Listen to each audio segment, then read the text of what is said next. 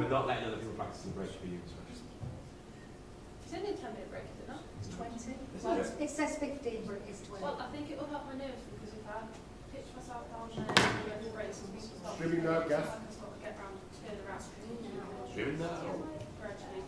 Whereas when I only get a second, you'd have gone straight on after all that. I'm feeling okay actually. I thought I was going to be on a breakdown. I don't like going to for 10 minutes. Oh no, that's a problem for me. It's not you. That's fine. There we go. And I'll just do a Just full on You're here. going right to the back.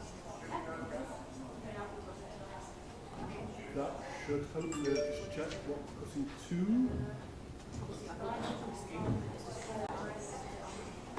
So that should be camera coming up shortly in about 20 seconds.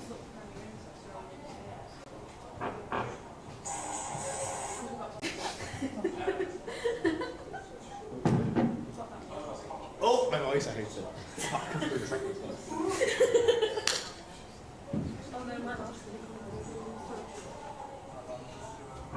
There we go. Lovely. Quickly, so I don't see them have to put themselves again. Why isn't this going in? Kiwi, so if you'd maybe do this running side Yeah, and sit like there. yeah. I mean, I've put my stuff. Oh, you do that side and then Annie can do this side. When are we giving them the mics? Straight away? Will they be turned on though? I can find out. What's the question? Who? Who? The running mics for questions. I know, I said.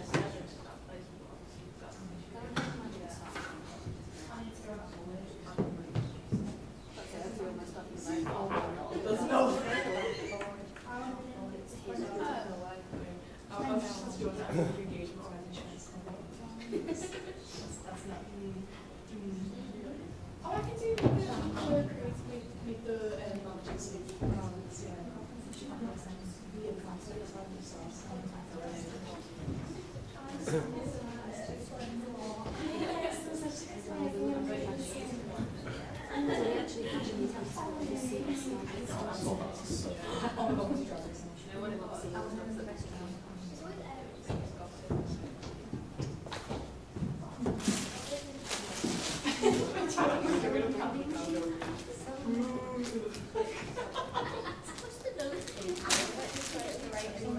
Have you got any questions?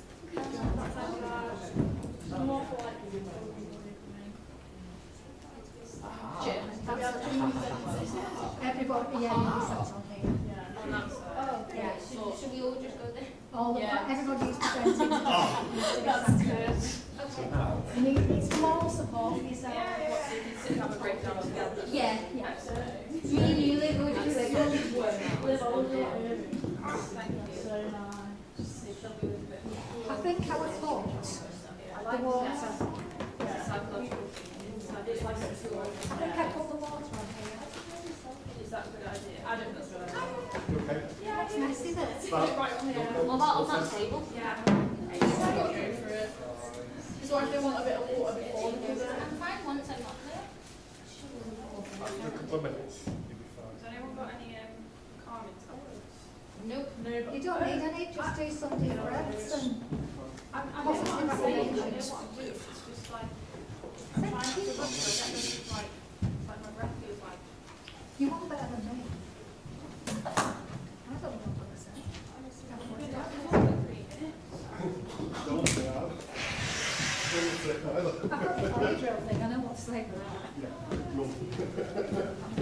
Polly, I did start moving you, so no, that's fine. Walk through this. Okay, so they're all sorted. They know what they're doing. They know where the people are sitting. Hello. Do you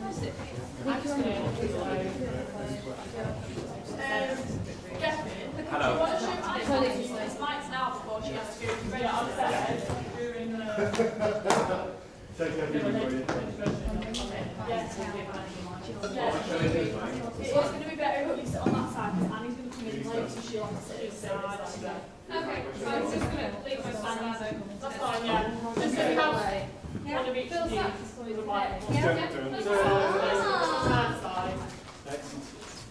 The last time I did a presentation was to fill that. Yes, so there you go. Well, then you got good marks. It gives you a first Sorry, reference. Paul, you okay? Gives you first Just stand behind this or like front me of it. then. Why did Just sound like.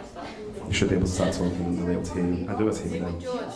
Do you get marked down if you go into the stadium? The thing is, if you do this all the way through, you'll get marked down. If you do, well, you were here that year, we had a student, and he did the last he ran down throwing money. That was definitely all it was. No, He did his on money it there. was a mass Norwegian. Oh my God, he failed. That, yeah. We couldn't pass him. Did you fail? I come on from the side. He so- just gave, then he gave a motivational speech, like for 20 minutes. Jill, I'm just going to quickly show you the Yourself. No one else. Well, he clearly did believe in himself. Yeah. Anyone else? What happens if you fail it? Or at the end of the morning. I don't like how we do it, but it's great. See, I haven't mentioned you. You can just like help direct. Like really.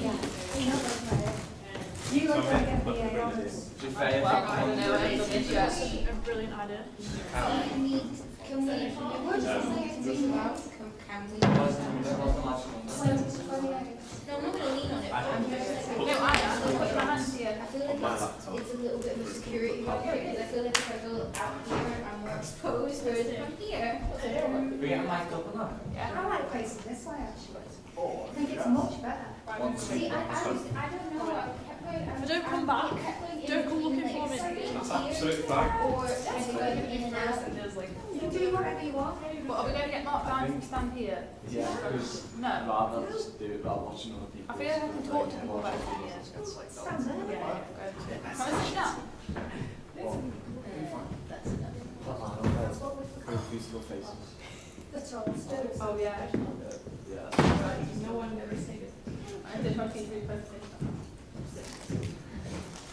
Right, I'm not able to configure that flash, fortunately. What we don't need to you take one of those mics off the desk, use the XLR of that, and give it a wired mic. But that will be the only The option. wide mic's fine. I got a Oh, wide like mic you last do. week, but we couldn't plug it in anywhere. Yeah, you can take one of them off. Oh, shit. It's okay. Excuse my language.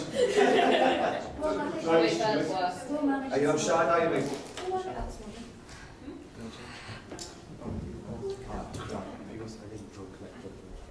I'm really not fine. Yeah. Pull around the back and I'll literally be there in about 30 seconds, mate. And we can run. All right, pal, I'll see you shortly. But, yeah, just anywhere there, mate. I'll pop out. I'll bring the ball out if we know. All right then, see you in a bit, Stu. Ciao, mate. I'll sort out. I'm just gonna go. I'll be back in about 5 minutes, all right? Okay, see you.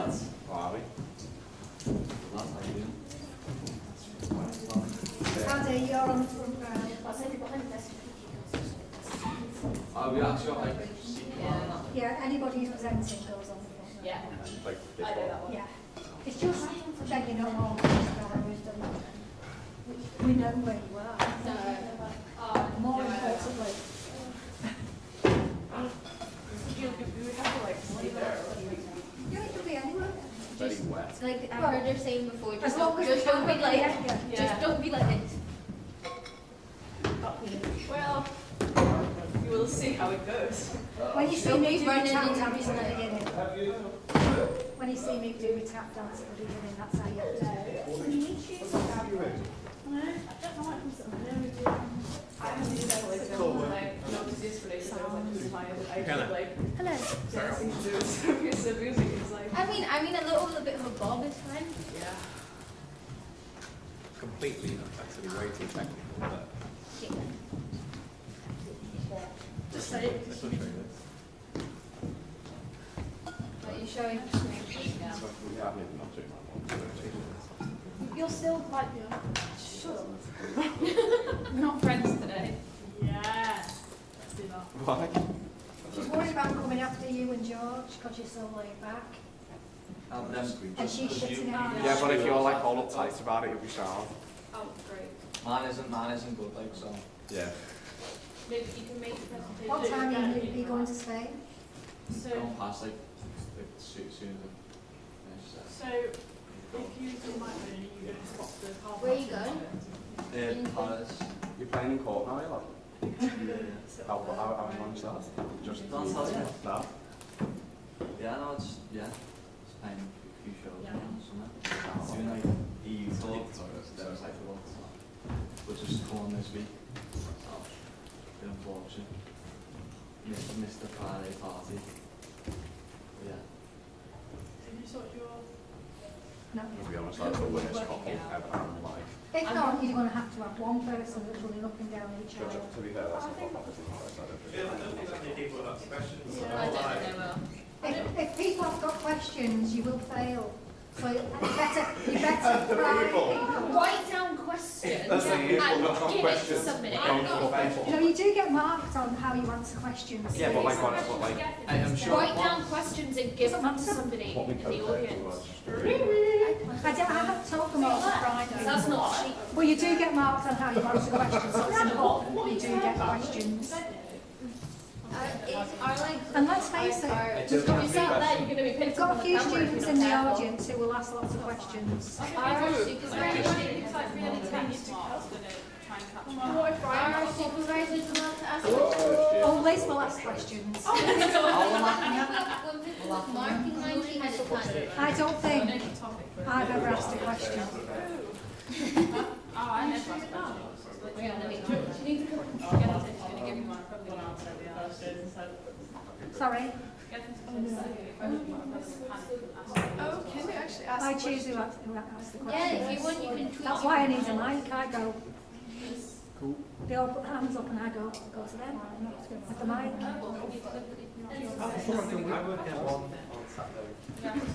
Yeah, I don't have Twitter, so I can't do that, but you can. There won't tweet be your questions. more questions in time. yeah, just give us a shot. Very unlikely. Did the trial. Where are you going to be in the cafe? Depends how long your presentation is. Oh, If your presentation is 20 minutes, you've got 10 minutes. If your presentation is 28 minutes, you've only got 2 minutes. When I was timing mine, it was at 24. Is that for the presenter? No, I will stop. I won't go on just for the sake of it. But what I'm saying, if you go to 28, you might only get one question. There was me just shouting. Do you wanna try and get it for like?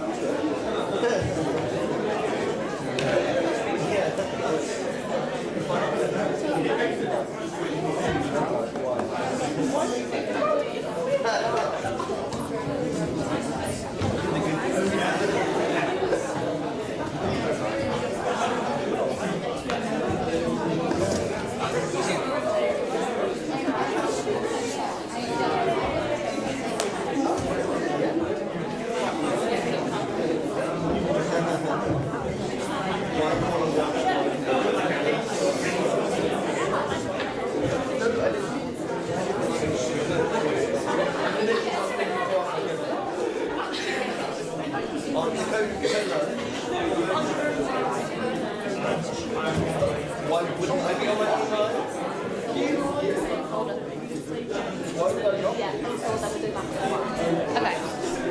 Yes. That wasn't me talking, I was just being loud.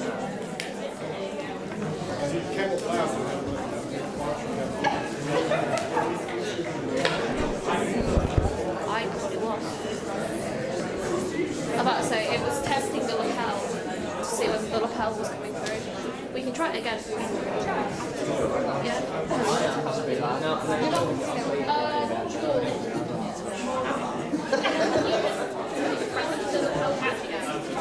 Yo. 1, 2. What was the way I did? Be honest. When was No, you've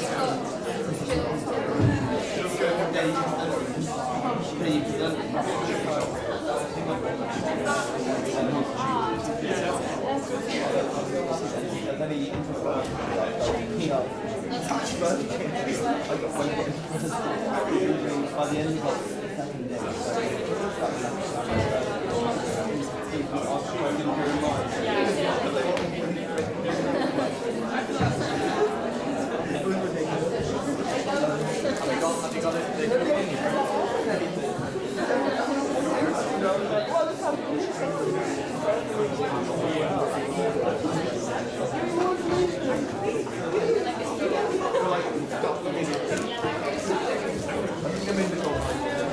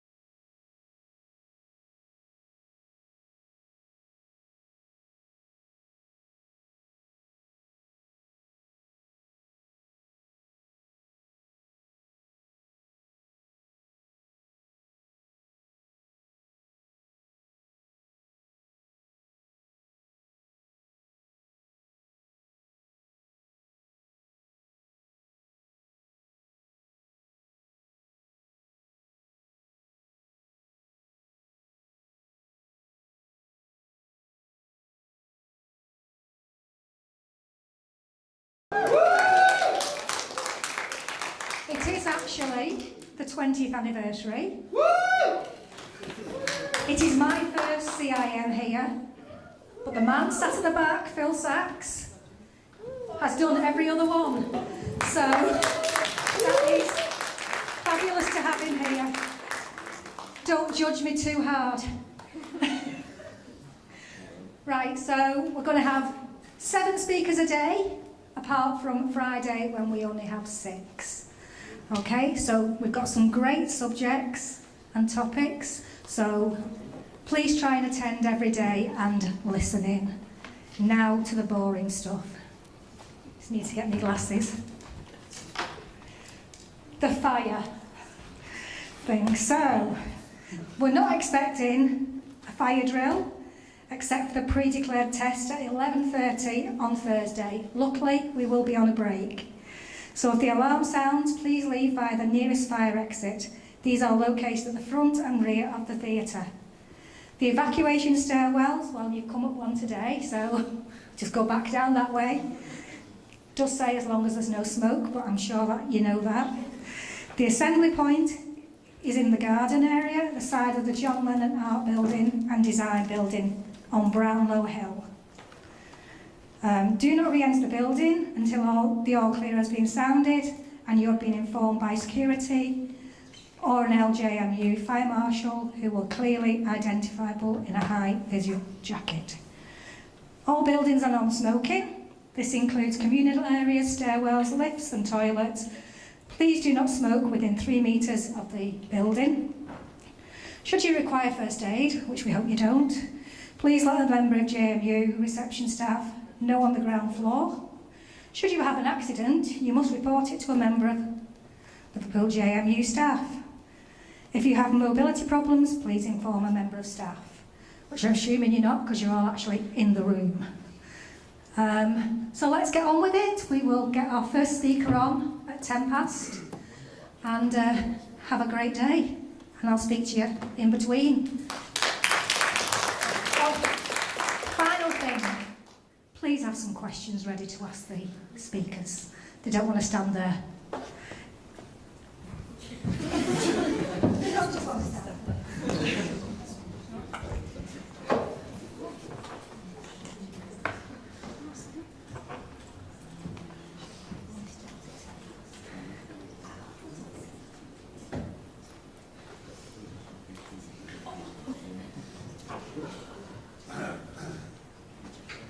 Talk amongst yourselves.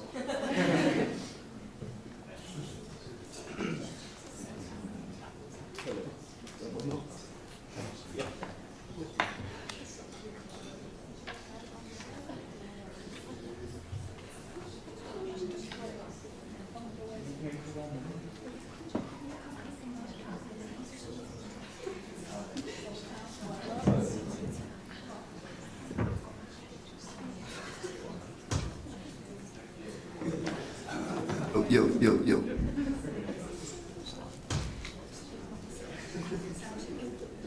on two.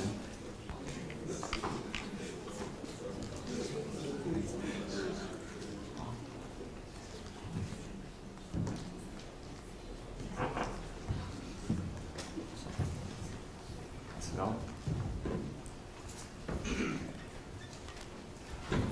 So, good morning everyone, welcome to this first CIM presentation this week. It's on to get started. I am George Pomford, and today the title of my presentation is The Vast Majority of Artists Make No Money. Now, I've come up with the title of this presentation when trying to get some research for this contemporary issue, and I've found many blogs and articles stating that the vast majority of artists make no money. So I wanted to see if this is true. I want to question the statement. I want to turn to at the end of the statement to see if your preconceptions has changed or stayed the same.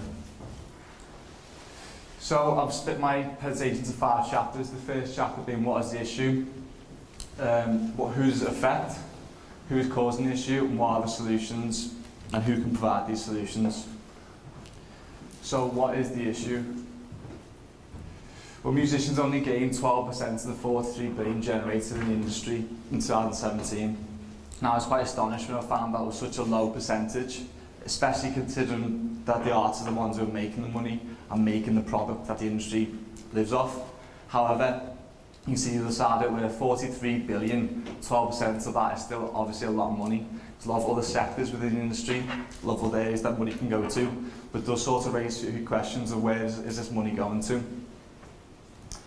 Now, artists only have a 0.2% chance of creating a 50k on Spotify.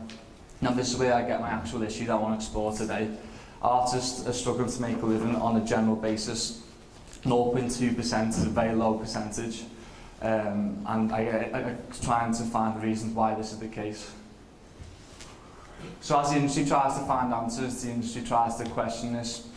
When you ask anyone involved in the industry, or even people who are not familiar with the music industry, the main sort of reason of the cause of this is solvent streaming. Now, music streaming, mainstream tabloids, New York Times stating that musicians say streaming doesn't pay, can the industry change? Like The Independent saying, like Roger Daltrey, legendary musician, say musicians are being robbed blind by streaming and record companies. Tim Bob shows us quite a negative press that streaming are getting. You have The Guardian saying further, saying Spotify has announced it's cutting royalties in exchange for algorithm boost. Its latest moves damaging the industry that's already on its knees. Now, it's all quite negative press. I will actually look at the figures. So I've collected some figures from Central Music Group. Now, for an artist gaining 1 million streams on Spotify, that usually equates to about £5,000. Now, from 1 million streams to £5,000, it's obviously not a lot of money. But if you cut that down further, £4,000 would probably go to the masters, and then another 1,000 would go to the publishing.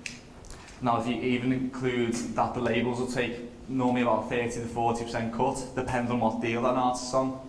And also, the publishers can take up to 20 to 30%. So you can see how this money can be shrunk down, and obviously could be a reason why artists, the majority of artists, are making a lot of money. But as we look, is streaming actually that bad? Is streaming the reason why artists are not making money and struggling to make a living? When I went doing research, I looked at this statistic which made me quite shocked. And nearly 80% of artists on Spotify today, around 6.3 million of them, have monthly audience on a platform smaller than 50 people. So this shows how saturated that the market is, how many people are making music, and this maybe is a sign of the times. I can, on my laptop in this room today, record a song on an audio interface, put it on a distributor, and have the song out on Spotify, all the DSPs by the end of the day. Now, this is different from the industry 20 years ago, where you had to go through so many different loopholes, record labels, vinyl pressing, CDs, a lot of different red tape to go through to release a song, where nowadays anyone in the world can release music anytime. Now, this is further echoed when I asked Pete Simmons, head of A&R, Universal Music Group. He stated that with every passing day, there's about 90,000 songs uploaded to Spotify. So this shows how saturated the market is and how the industry actually may be struggling to deal with the amount of music that's being created. And is this a reason why the statistics are saying that the vast majority of artists are making a lot of money? So, is streaming all bad? When looking into the music industry from the last 20 years, the music industry on its knees was struggling to deal with the internet, struggling to deal with all the new technology that was coming. It was riddled with piracy, illegal downloads, and the industry is really struggling to deal with this new technology. And in fact, looking into streaming actually sort of saved the day. Even in 2008, one of my favourite albums ever made, Radiohead released an album for free online, sort of highlighting the inefficiencies that the industry had at this time, and actually broke the internet when it was released. So when I spoke to Mark Lawrence, director of electronic music at Centric, he stated that the majors were big investors early on in Spotify, and the major beneficiaries of Spotify. It's like a fruit machine that I have complete control of the power on. Now, when I first spoke to Mark and I got the statements, I thought it was quite speculative. I thought, well, where's the data behind it? Is this anything backing this up? We all know that streaming's bad, but is the majors involved in this too? Is the majors the reason why the majority of artists are not making a lot of money? But when I researched and found in 2011 there was a leaked contract with Sony and Spotify. In this contract, Spotify agreed to pay Sony up to 42 million in advances, showing that there's a clear relationship between the majors and the deals that they have with these streaming services. Now, this obviously isn't fair, isn't right, and it could be a reason why the vast majority of the artists are making a lot more money. However, I don't want to just focus on streaming and royalties. I want to focus on different areas of an artist and different income and how their different income streams. So looking at merchandise is a key area for artists to make money, especially breaking even. When I listened to a Mixmag article, they stated that vinyl is very hard to press now. In this article, they stated that it can take up to 9 to 12 months to press. It's very expensive. And in fact, they also stated the majors are actually clogging up the back orders and the backlogs for merchandise for vinyl, showing that anyone else trying to get into the market of vinyl it can be very hard and difficult. The live sector, I know a lot is said about the live sector, how important it is for artists, especially making money, playing live, gaining a fan base and gaining more of a fan base. However, Save Our Venues campaign alone highlighted that only 17% of the venues, equating just 114, are currently secure for the next 8 weeks. The other 556 are imminent risk of being permanently closed down, and this was taken about a month ago, this statistic, showing that the industry is really struggling at the moment. When speaking to Rob Whiteley, Arts Manager, SV Management, he states that venues can now take up to a 25% cut of merchandise sold at venues. And I was astonished when I found out this, because obviously merchandise can be a key way where artists can actually break even at shows. So venues are now taking up to a cut of the money that artists are making. And linking this statistic with this one, but maybe the reason that this is the case is because obviously venues are closing down, they've got to make the money somewhere else. So all these different statistics can see why artists are suffocating artists and sort of struggling to make money. Joel Dipper from Central Music Group said that when you spend £10 to listen to one artist, say a CD or vinyl, now you can spend the same amount to listen to all the music in the history ever made. So obviously with that format change, it's going to leave a lot of inefficiencies, there's going to be a lot of change, and I don't think the industry has kept up with this. When you compare these statistics to the actual revenue made from the music industry, now Universal Music Group alone made $6.8 billion. The majors, global recorded music industry, $23 billion. Streaming, $14.2 billion. Now we're in the billions here. The music industry is booming. It's actually up 7% in 2019 from Rolling Stone magazine, showing that the industry is actually booming. So it leaves a lot of questions to why is it the case, why is artists struggling to make money or make a living in fact. So who does this affect? I've created a small table just for reference, just as presentation, so you can refer back to when I'm talking about different types of art and different levels. So far, when I've been speaking about artists struggling, I've mainly been speaking about the low-level artists, the 0 to 5,000 social media followers, possibly a small label, small management, local, regional, between 1 and 1 million streams on Spotify. And these are the type of artists that are really struggling with the industry's inefficiencies.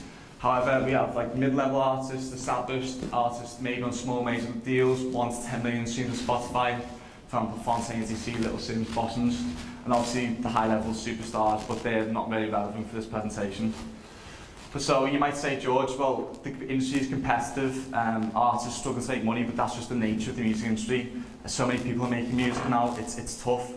However, when doing research, Little Sims, Brit Award-winning, critically acclaimed, multi-million stream rapper, recently had to cancel their US tour, citing financial unviability as an independent artist. Now I was astonished when I found out this, as an artist at her level, shouldn't have to cancel tours. And in this article stating that she's actually been a deficit because she's an independent artist, she has to pay for everything herself. So this is further backed up by the UK government is now carrying out an inquiry into music streaming, looking how to make it fairer for writers. And have a range of high-profile artists who are backing this up. Jimmy Page, Elbow, Radiohead, Nile Rodgers, to name a few. So what are the solutions to this problem? I feel like the industry, it's such a complex issue, and obviously I've mentioned various different reasons why the artists could be making a lot of money. It's hard to solve this within a 20-minute presentation. However, Amy Thompson from the Music Business Podcast, she stated 3 quick and easy, well, she said easy ways to solve this problem. So number 1, NDAs, non-disclosure agreements and streaming payment terms of artists, songwriters. So this basically is when you get a payslip how much you worked. You can see where you worked and what you've worked. Whereas with Spotify, it's all non-disclosed. So when artists get a payment from Spotify, you can't actually see where the money's coming to. You just get a standard payment from your distributor or label. So Amy states that maybe if artists have more transparency and can see where the actual money is coming into, that can help an artist plan and make a career. So number 2, data. Now this is a completely separate issue that I don't have time to cover, but metadata is another big problem within the industry, specifically around the publishing world. We have these collection societies all around the world who don't share data with each other, who are quite pressed over data in all different regions. This can leave a lot of inefficiencies, a lot of holes in the market, especially when artists are collecting money. And also considering the fact that in the publishing world, if an artist gets a payment from publishing, it can take up to 9 to 12 months to collect, even up to 18 months sometimes. So it can show how if an artist is trying to make a living, waiting 12 to 18 months for a paycheck just doesn't cut it. And the service and royalties, particularly on a level service and catalogue for artists from the label Spotify. Amy actually stated that the actual level of service that labels are giving artists now is just appalling, especially considering the time when streaming first came into fruition. However, I think these solutions are quite vague, and also these solutions, who are going to actually act on these solutions, what type of managers can solve these contemporary issues? Well, I think it's a top to bottom issue. I don't think it's a specific area. I think it really pins on the majors. As stated before, the majors are making a lot of money off the industry, especially with their deals with Spotify. However, I think it's an entire industry culture change that needs to happen from top to bottom, from the majors and the publishers to the government legislation. As mentioned previously, the government are inquiring into streaming. Arts councils, organisations to help liaise with these venues, and obviously streaming and merchandising, different things to aid the artists. Music unions, artist management organisations, especially influential ones who deal with high-profile artists and can deal with these major labels, liaise and try and make the music industry more fair. And obviously artists themselves. Now, the artists themselves, I feel like musicians can be more clued up with how they're inputting their data, especially with the metadata issue. A lot of artists are not clued up with what the deals are on, how they're making the money really. I feel like it's a whole entire culture change that needs to happen in the industry to sort of catch up with the modern times. I felt like when streaming came into fruition, the industry was rushed into trying to find a quick solution, and in trying to find that quick solution, it's left a lot of inefficiencies, which isn't fair and doesn't make the industry fair fun. So to conclude, I do feel like the industry is booming, is thriving. I do believe that the vast majority of artists do not make enough money. However, from the specific figures from the start, from 0.2% of artists making no money, I think that's got a lot to do with the general saturation of the amount of artists making a lot of money. However, I feel like it really impacts the mid-level, the established artists, and also the artists breaking into that established level, that the inefficiencies are really affecting at the moment. I feel that there's many different issues that are really complex and hard to solve within one change or two changes. It's got to be a long process, a lot of legislation change, and hopefully that legislation from the top level, from the government, can drip down and help an artist, independent artists as well as established signed artists. I think the main culprits are not really streaming. I feel like that majors deals with the streaming platforms is the problem. I also feel that streaming gets a bad press, and the majors sort of get away with it a tiny bit, especially with the contracts that we've seen, the leaked contracts. So yeah, so return to the statement, the vast majority of artists make no money, and I want to sort of leave with the question of, is this the industry's problem, or is this the natural product of the competitive, saturated state of the industry? So thank you for listening. Any questions?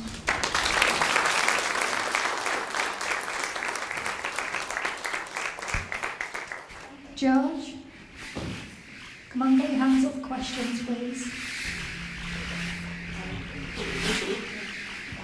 That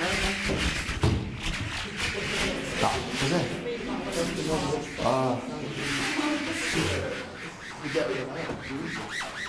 Oh, stop. Here we go now. I don't. It's working. There we go. We couldn't tell because just had that sound in my ear. You mentioned earlier you're talking about Spotify and their relationship with major labels. You said that it was unfair and not right. Could you elaborate? Could you explain why you think it's unfair and who it's unfair to and why?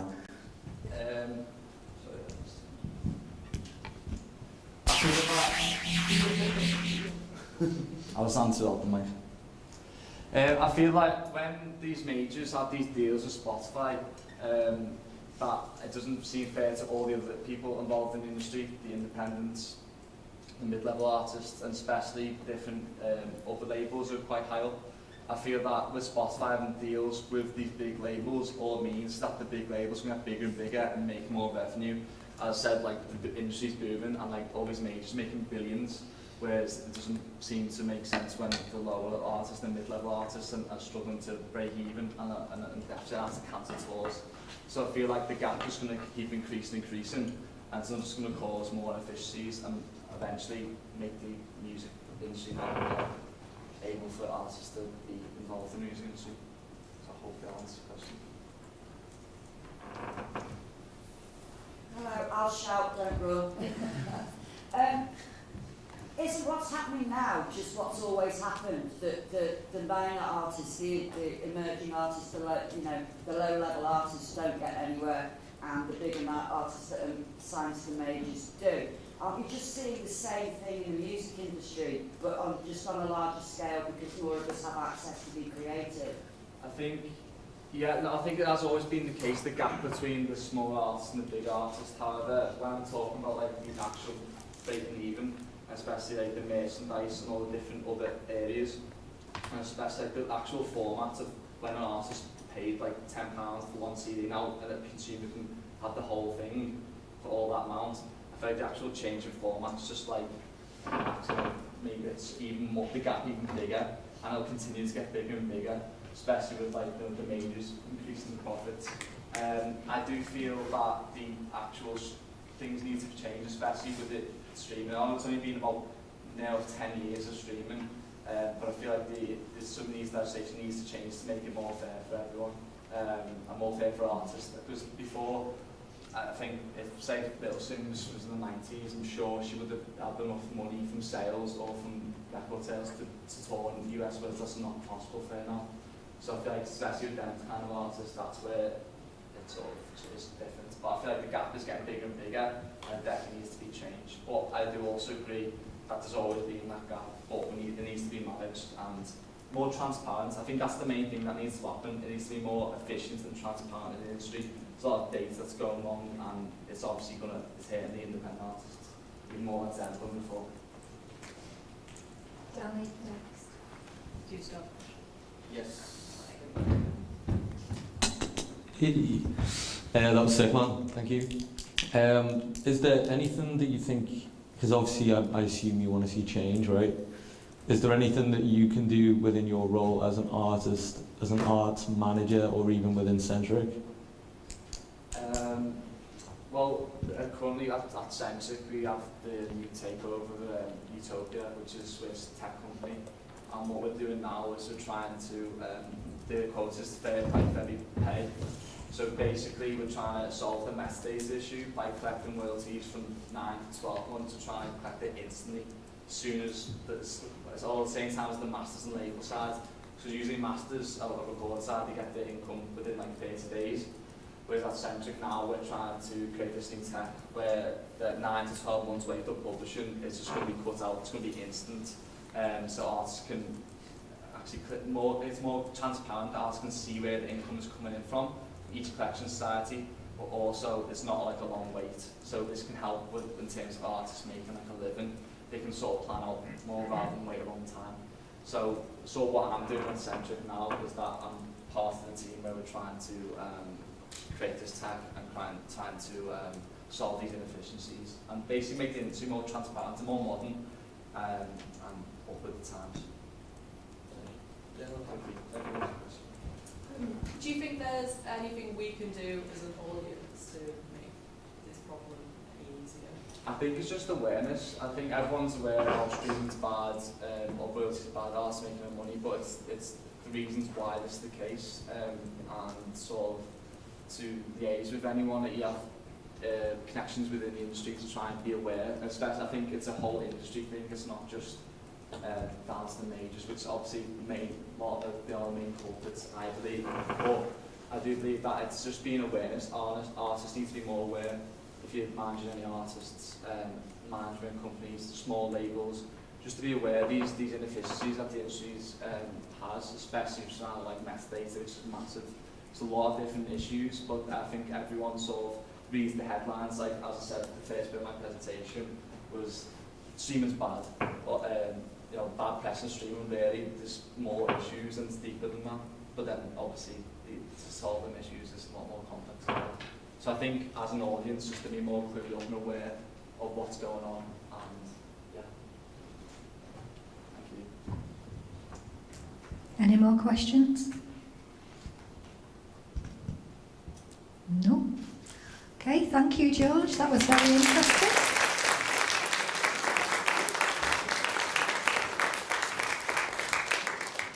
Well, that's George's last day at LIPA now. He's off on tour today, so he won't be here for the rest of the week, so we all need to wish him luck and see him at graduation.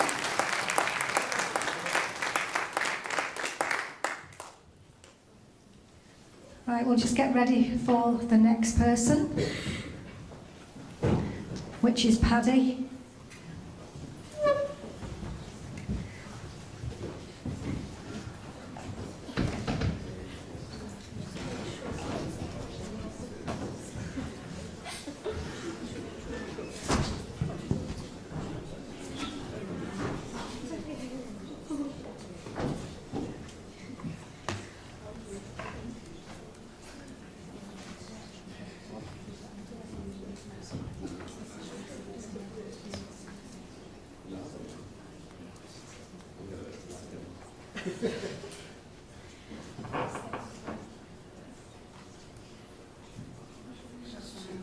Hello. How you can all hear me? Great.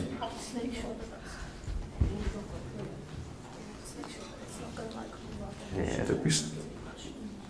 should be sound.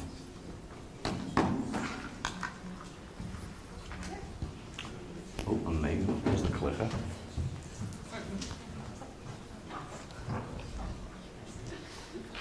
Right, so remember to introduce you. I forgot to introduce George, sorry. But this is Paddy Joseph, and he's going to be talking to us about independent music. Yeah, so there's quite a few new faces that I've never seen in here. So if you've never met me before, I'm Paddy. Today's topic that I want to speak about is if being independent is actually sustainable within today's kind of modern recorded music industry. And it's worth noting I'm talking about recorded music, not live, and kind of other things that can also be considered in that. A bit just before I get into it of why I've actually chosen to do this topic is mainly because through MRP I actually decided to really kind of focus on the major label side of things. So artists that want to be signed and that are kind of really interested about seeing that as their kind of long-term career path. This is completely flipping that on its head and completely cutting out that label entirely. So things that I'm going to kind of be covering hopefully throughout this presentation. I'm going to go through a few definitions, just kind of outlining what I'm talking about and kind of why that kind of shouldn't be misconstrued with a few other things that can come up. The industry's stance on independent artists. Why would you be independent? The pros and cons around that. Is independent actually a viable option in comparison to being signed? Some case studies and a couple of theories around why you would choose to be independent rather than be on a label. I'm going to look at planning an independent campaign, kind of the services and the different things that you'd want to be implemented in order to kind of make that longevity kind of last. And then we've got some, hopefully we'll have some time for some questions at the end. So what is an independent artist? So an independent artist is defined by musicians or a music group without contracts with record labels. It should be noted that this is completely different to somebody that is unsigned, because an unsigned artist is someone who desires a record contract that hasn't yet received one or hasn't yet been presented by one with a label. An independent is someone that is choosing to work solely by themselves or solely with other kind of members of management or different areas like that, but I'll get into that a bit shortly. So, what is the industry stance on independent artists? Independent artists are the fastest growing segment of the global recorded music industry. 5.1% of overall recorded music industry, 5.1% of the overall kind of market share of the recorded music industry is made up of independent artists. Just for kind of context, UMG is actually the biggest market shareholder within the recorded music industry at 29%. So the difference between 29 and 5.1 is hugely significant, obviously, because kind of as George had covered earlier, they make way more money than kind of anybody else. A little bit outdated compared to George's statistic, but 60,000 tracks are uploaded every day to Spotify, so it's a track every 1.4 seconds. And you know, how do you something that was brought up throughout my research was how do you actually get heard amongst the noise, and like, is uploading music too accessible? And it's worth just, as I kind of go through all of this presentation, keeping that at the back of your mind, because as George said, you know, you can just bring in an audio interface and Logic or whatever you choose to use and record a song and have it up within the day. So kind of standing out in comparison to everyone else, it'd be reasonable to assume that the 60,000 tracks that are uploaded are mainly by independent kind of artists, because labels aren't going to be having somebody on their roster release every single week. It's going to be way more significant to them than that. So why would you actually be independent?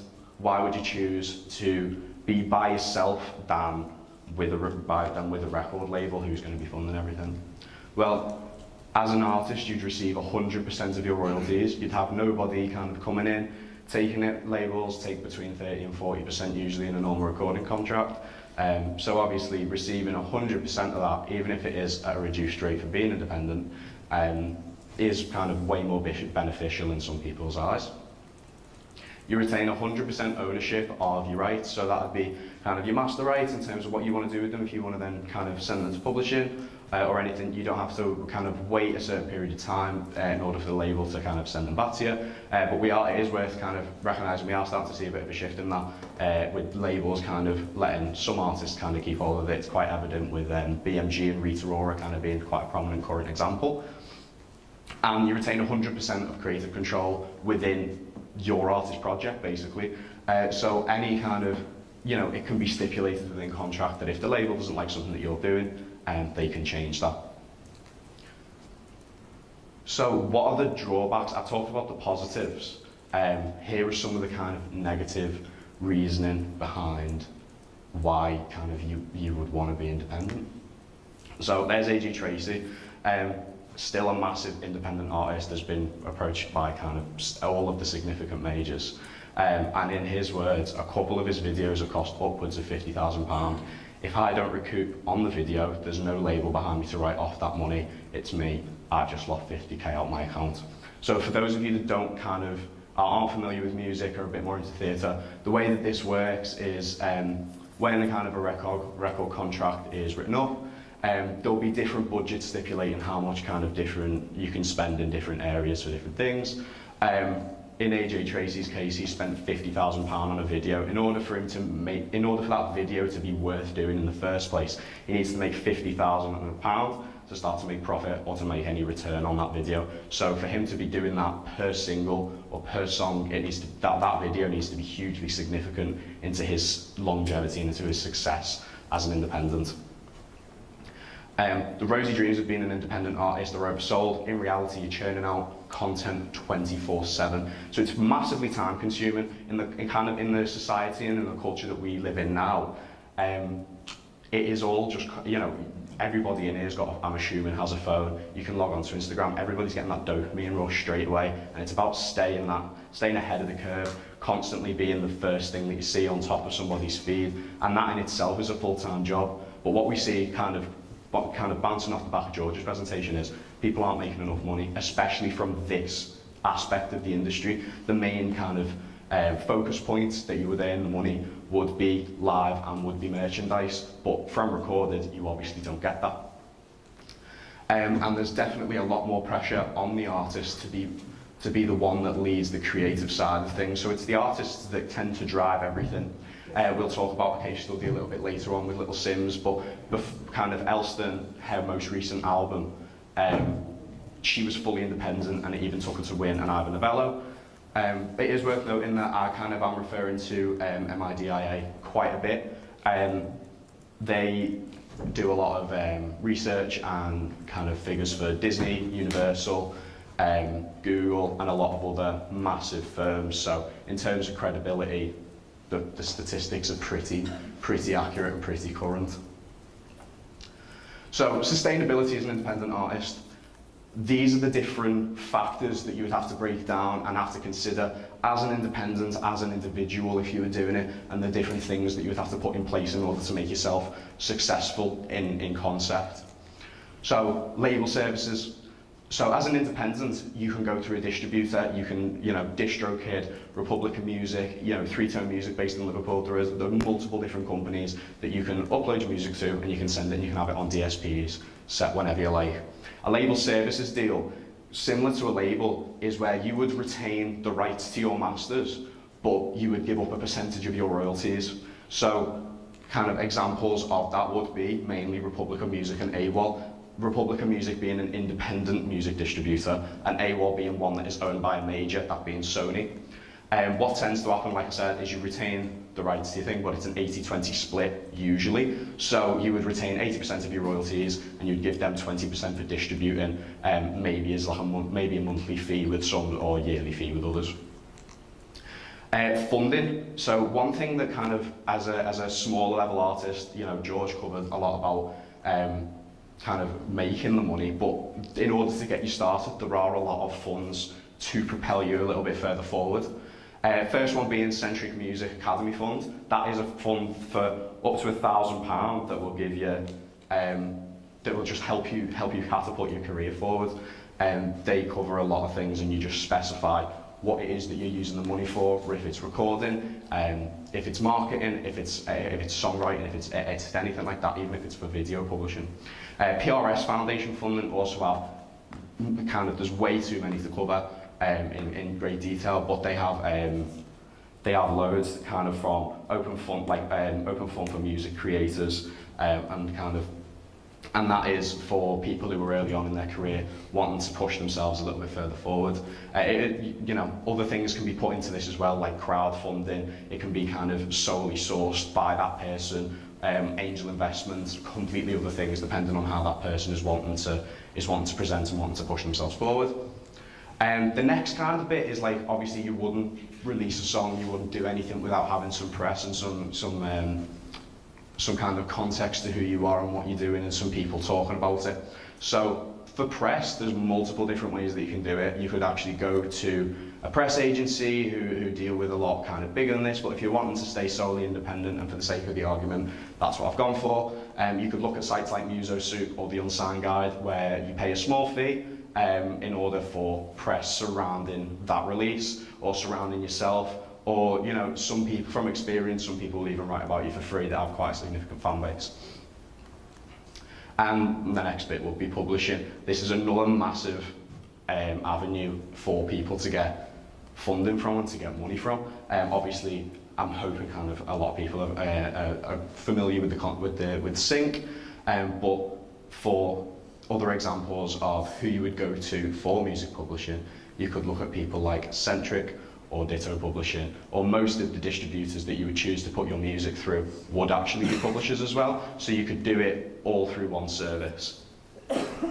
Which leads me on to something that could be its own topic in one, but I'll try to cover, which is 1,000 true fans. So the concept of 1,000 true fans is broken down into kind of two categories, but first, before I get into those, it's worth actually defining what the difference between a fan and a true fan is. So a fan is someone that might just listen to your music, might kind of dip in and dip out of what each person's doing. A true fan is someone that will purchase almost anything that artist puts out, whether or not that's a song that you might put onto iTunes and they will pay the 50 to 99p for, or if that's something like a t-shirt or a merch bundle or anything that artist puts out. The two segments that it's broken down into is the true fan would average about £100 profit. So if 1,000 people are paying in £100 and you're making £100 profit per person, you're looking at around £100,000 a year salary.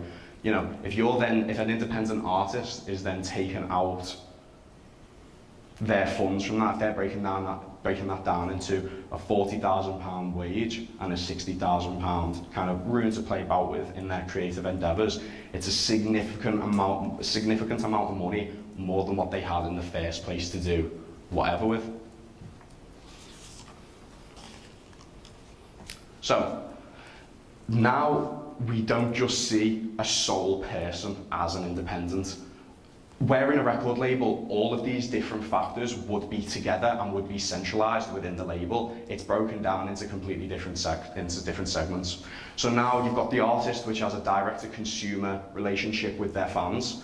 You have the manager, and the manager might deal with distributors, publishing, live agencies, the PR team, the marketing team, and the creative team. And it's worth noting that all kind of ones down the left-hand side of the screen are completely different to each other. Each of them have a completely separate role, but ultimately, all of them can report back to the manager or the artist. It's no longer just the artist doing everything. So to kind of break this down and to look at it in a bit more detail, the first case study that we're going to look at is Little Sims. So Little Sims, as an artist, recently got a UK number 4 album. She had 10,000 physical sales of Sometimes I Might Be Introvert, 75% of which were completely physical copies. And prior to her having any management or any team, completely just her, she won an Ivor Novello for her previous work, which was Grey Area, and has recently won the Best New Artist Brit Award. But her team is no longer just Little Sims. Her team has a distributor, management, creative team, press team, radio plugger and TV plugger. No, it should be noted that it's no longer just good enough to be an artist if independent is the route that you're choosing. We're seeing through MRP and conversations with managers like Ben Pitt, people are interested in artists that have other avenues of income. Looking at Slaves and Laurie Vincent, the guitarist from that band who does Larry Pink the Human, he's an artist, he collaborates with Vans, he does his own clothing line, he does his own skateboard merch. You know, Little Sims is in Top Boy as an actress. There's multiple different avenues of income than just music that have to be explored in order for this to be sustainable.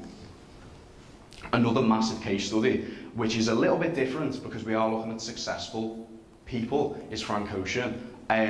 Obviously Frank Ocean is massively successful, but the route in which he did it was completely different to anybody else.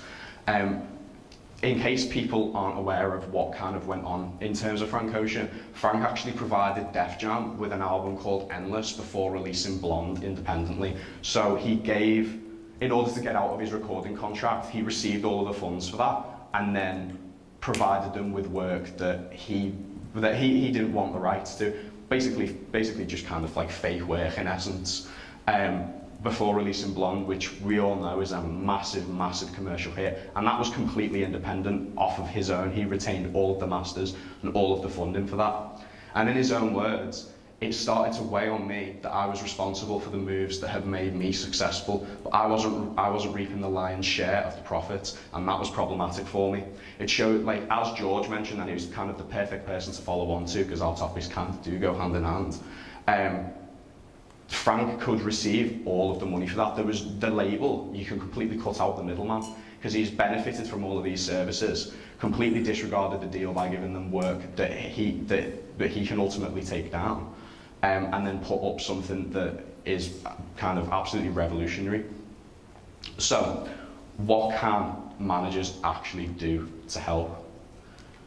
So there's little Sam Megan that me and Xander brought in for our CIM, but his presentation was massively crucial to this topic.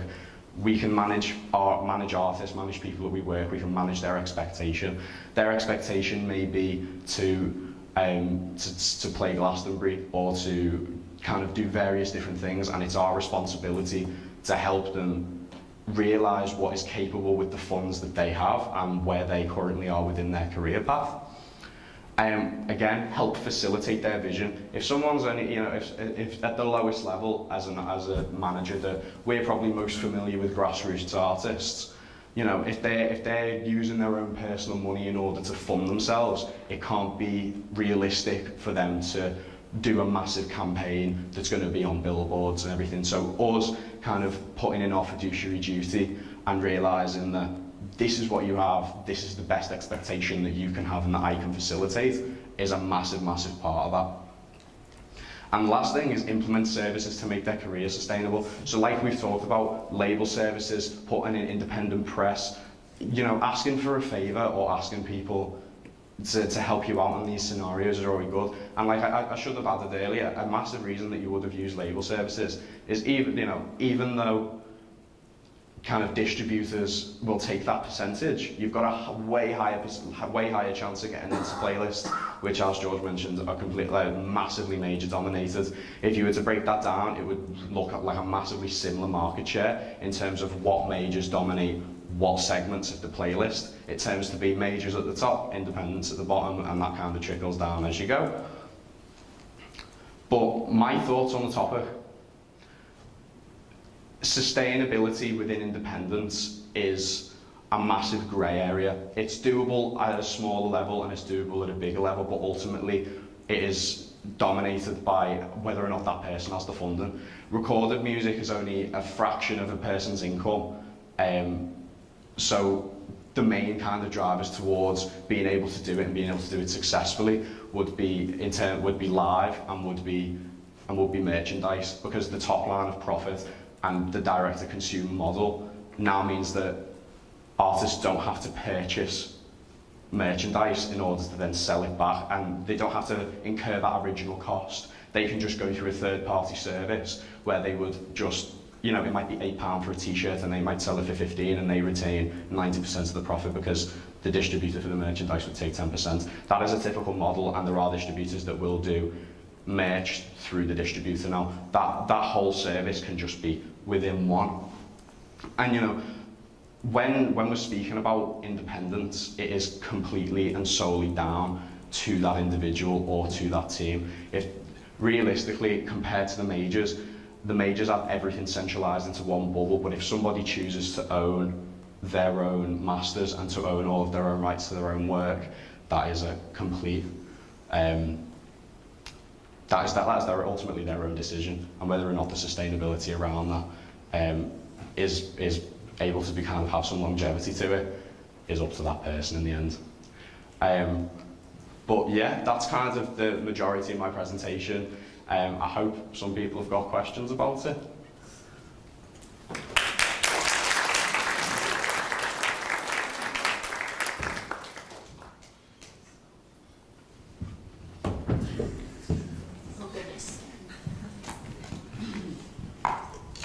So you mentioned the 1,000 true fans thing, and you said it was like a £100 profit could be made from each fan. Is that per year or is that over the course of? That's per year. So the kind of the idea behind 1,000 true fans is to have those 1,000 people regularly purchase things from you. So if you think like in terms of your favourite artist now, it's no longer just you buy a CD or you buy a vinyl. The vinyl comes with a t-shirt that gives you an access to the pre-sale ticket. Like that now is incentive for you to spend that £40 in one go. And then after you've got your ticket, then you'll pay for the ticket, which they'll receive money from. So then there's probably, you know, £60 to £70, and then there's probably something else that an artist will come out with later in the year that you're then interested in buying it. So realistically, kind of that theory is quite old, but nowadays it's probably more than £100 kind of pound, because people tend to have more disposable income kind of prior to this whole kind of cost of living thing. No, perfect, cheers. Yeah, it's really good. Cheers, Paddy.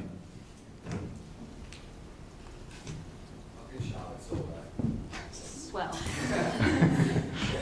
So obviously you've done your CIM on this, and I'm assuming your MRP was on something, but obviously the majors. What would you do as an artist yourself? What route would you choose to go down? As kind of like obviously dipped in and out of it personally,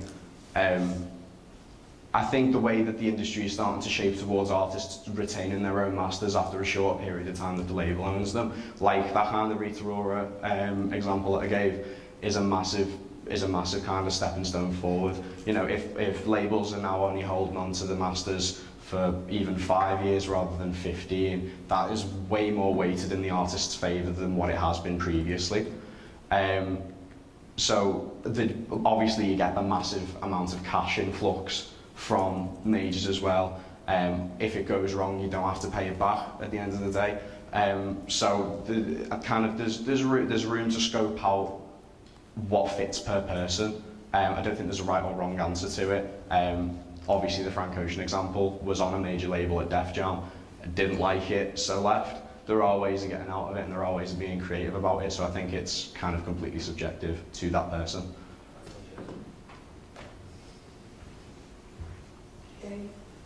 Paddy, thank you, it's really good. I thought your point that you can, it's workable at the smaller level and the bigger level, bang on, it's a middle that's difficult, you're absolutely right.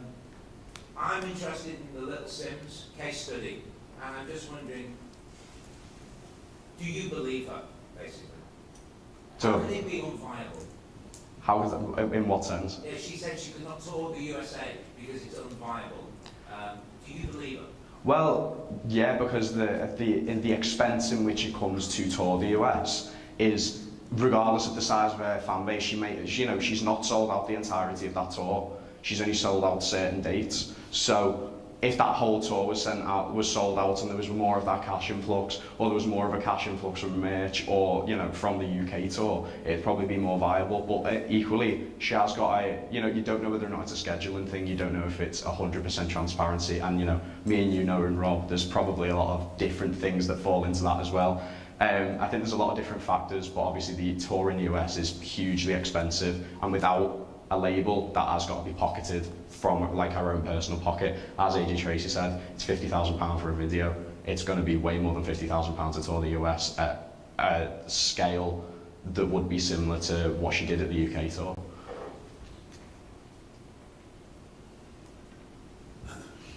Any other questions?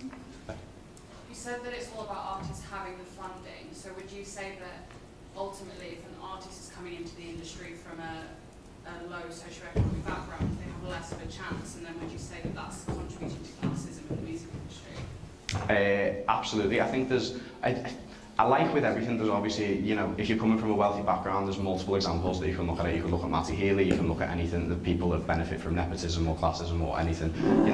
Ultimately there's a massive kind of barrier to entry with the music industry, in that if you don't have the fundings to do so, it can massively impact upon that person's start. If the money is there and the branding is there and everything is there, and even like social status of that person is higher than somebody else, like as stupid as it may sound, if someone's cooler and has more followers, it goes a long way early doors, because ultimately that's what gets you seen. But from interviews with like kind of Jesse Bull from Atlantic and Reece Sewell from BMG, like the biggest tool at an artist's disposal now is TikTok.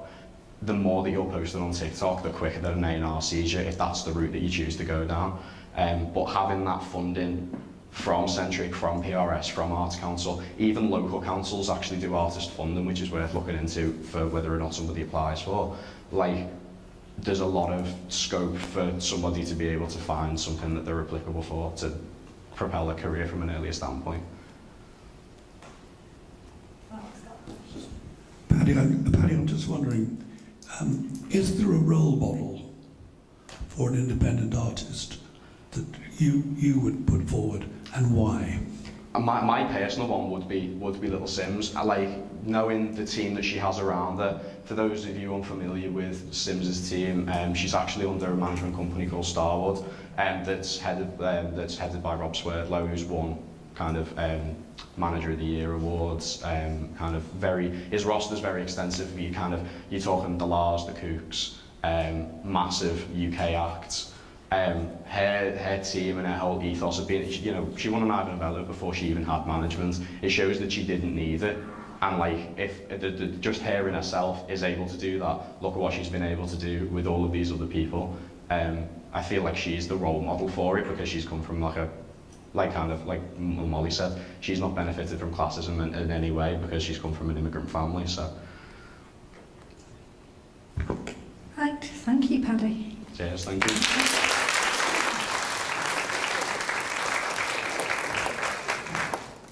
Right, we're going to have a short film now with Jed Clark, who is a producer and director and did a masterclass. Some people may remember him.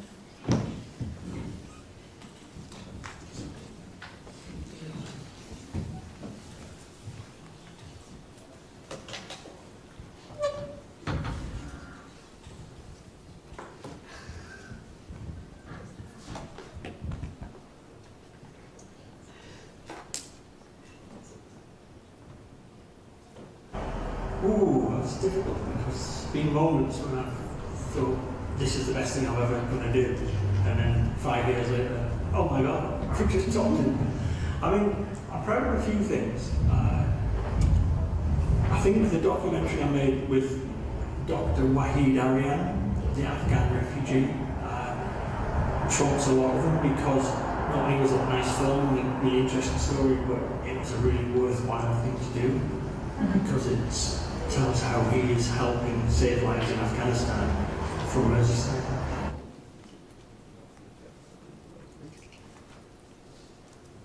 Well, one of the beautiful things about this is every day is different. That's why I like it. At the moment, I'm in research and development mode, which means I'm looking for stories, I'm researching them, putting out feelers to people saying, would you be interested in this story or that story? So that's office-based at home, really, or go and meet people. So mainly from home? A lot of it at home, and until you actually get the permission to go out. I mean, I do go out and talk, I'd rather meet people than do a Zoom call. Or sometimes the ethos so far away, you just do it. And to add to that, once you've got a story and you've got permission to do something, and it's about to be filming and starting, is that what your day-to-day routine like then? Well, that's when it goes crazy. Once you say, right, we've got 5 filming days, these are the days, we've got a schedule, you've got to build your schedule, and once you're out, you've got to stick to your schedule. By the end of that day, you've got to have done everything that day is allotted. And then, and you just, once you've shot everything, then you have another block where it's look at everything, write scripts, log it, and all that stuff. And then you go edit and try and make sense of it.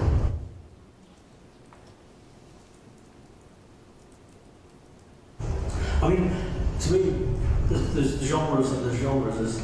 I've worked in documentary, I've worked in live programme as well, and I've worked in entertainment shows as well. But then, if we just talk about documentary, yes, sport, arts, current affairs, and so I think they just have to be interesting. And I think there's a lot of stuff about things that you assume, we all assume, they might not be very interested in readers. And it's once you start digging, you think, this is really interesting. And it's a wonderful way to learn stuff because you approach things you wouldn't dream of knowing anything about. You never read a book about a certain subject until someone says, make this program, and then you read it and you go, wow, it's not fantastic.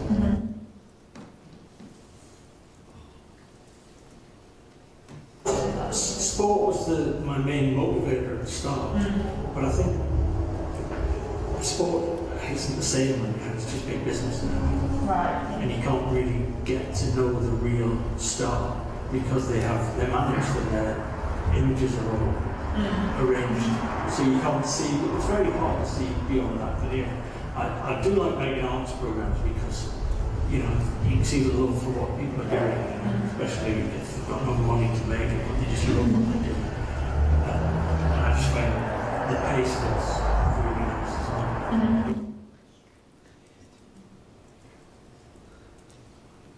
I remember enjoying it because it was this crazy new thing that was the whole Atlantic connection. And I met some incredible talents who were just, it was new to them, it was a big journey for them.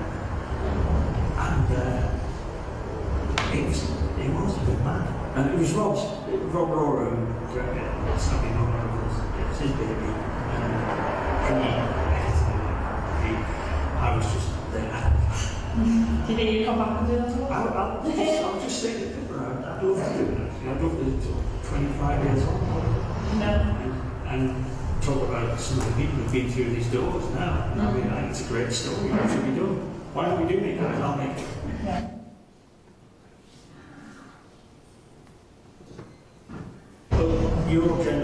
producer, because it's your baby, or the producer director I often am. But I tend, once I've got a commission, I tend to pick the cameraman. And they might pick a sound man, or I might say the camera. So you get to pick some of your favorites? Well, yeah, I say, if I've got an idea of what it should look like, so I know which cameraman would be perfect for it. My first big editor is usually the same guy, and if he's not available, there's a raft of other good ones as well.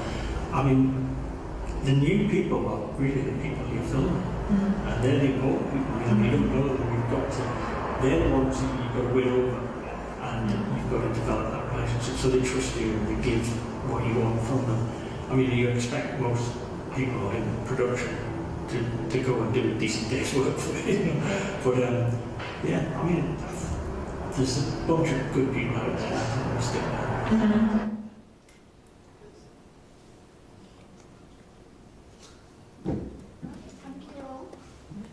Thank you all for your patience and listening to the last two guests and participating. We're going to have a break now. Okay, Jed? We're going to have a break now, and can we reconvene at 11:30? And the drinks are in room 201 through the back door there. So go help yourselves. Okay, thank you.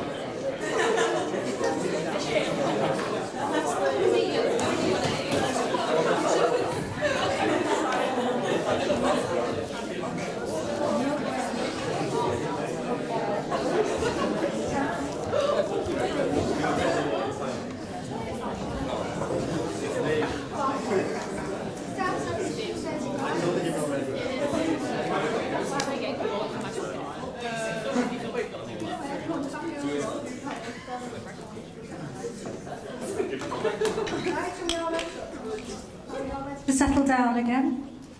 I really must wait for this mic to come on. Right, we're going to have Olivia now talking about Theatreverse.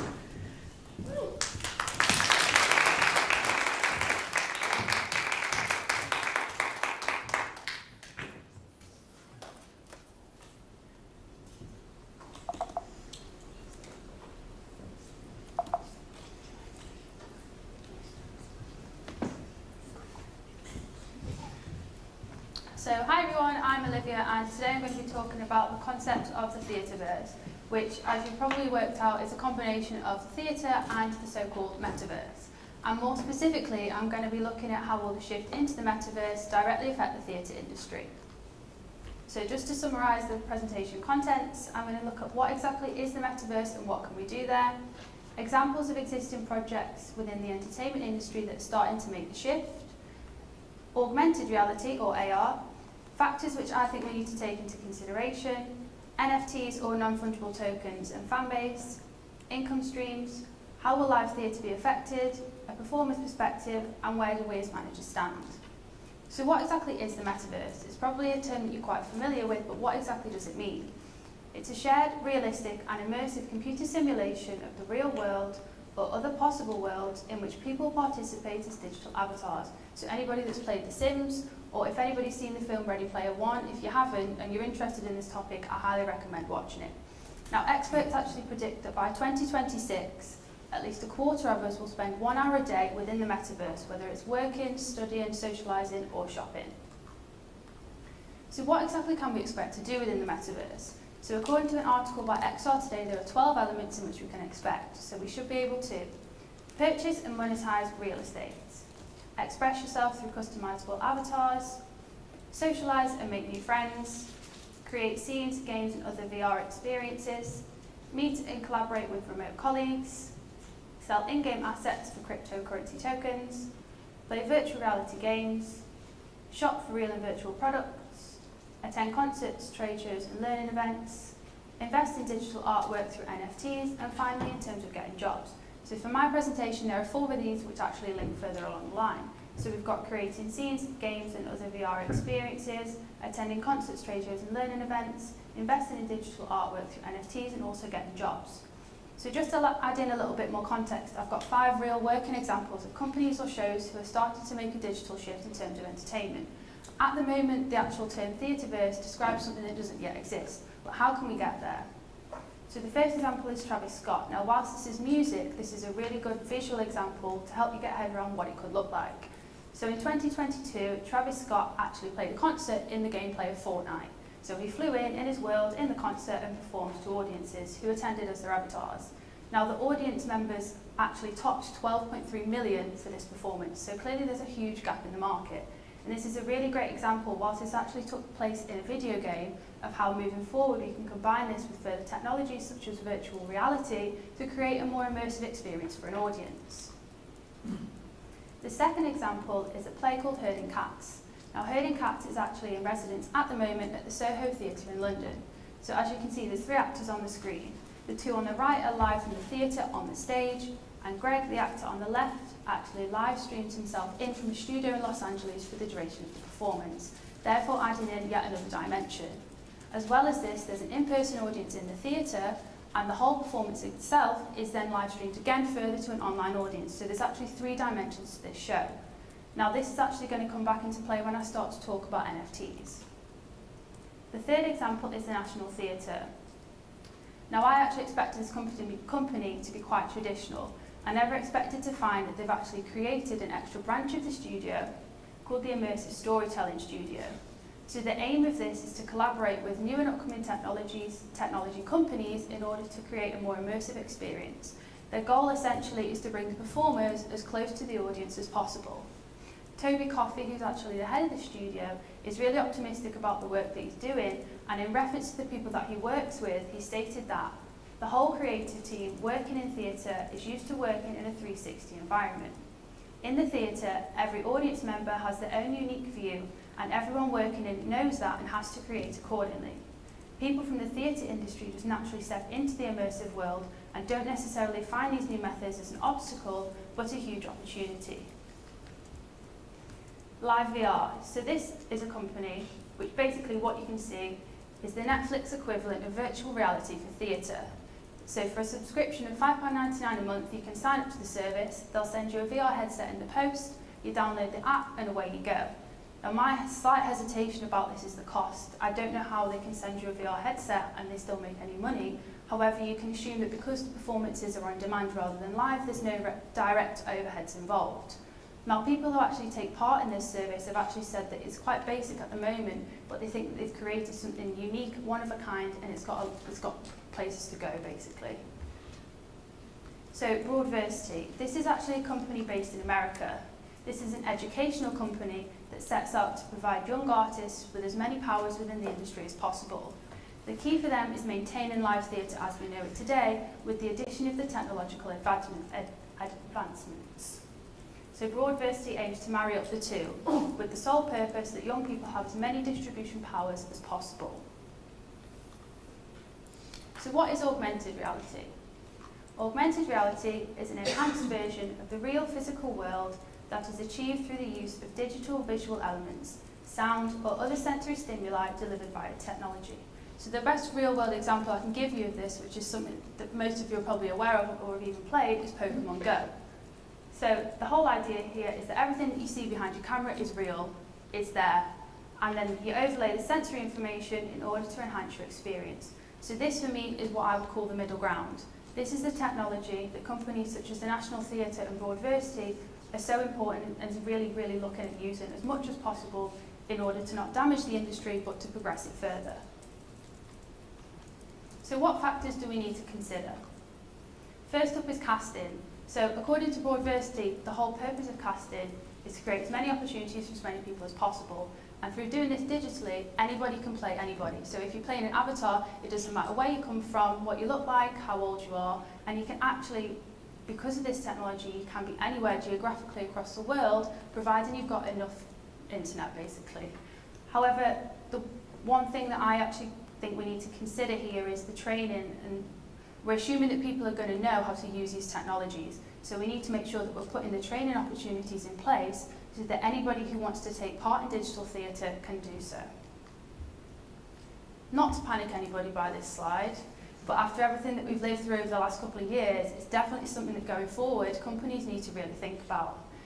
It's a shame, I think, that these technologies weren't as developed as they can be over the last couple of years, because when you look at things like Netflix and Amazon Prime, how much their streams and their income skyrocketed during lockdown, imagine if these technologies would have been around. Imagine if we could have had theatre streams through a VR headset during lockdown.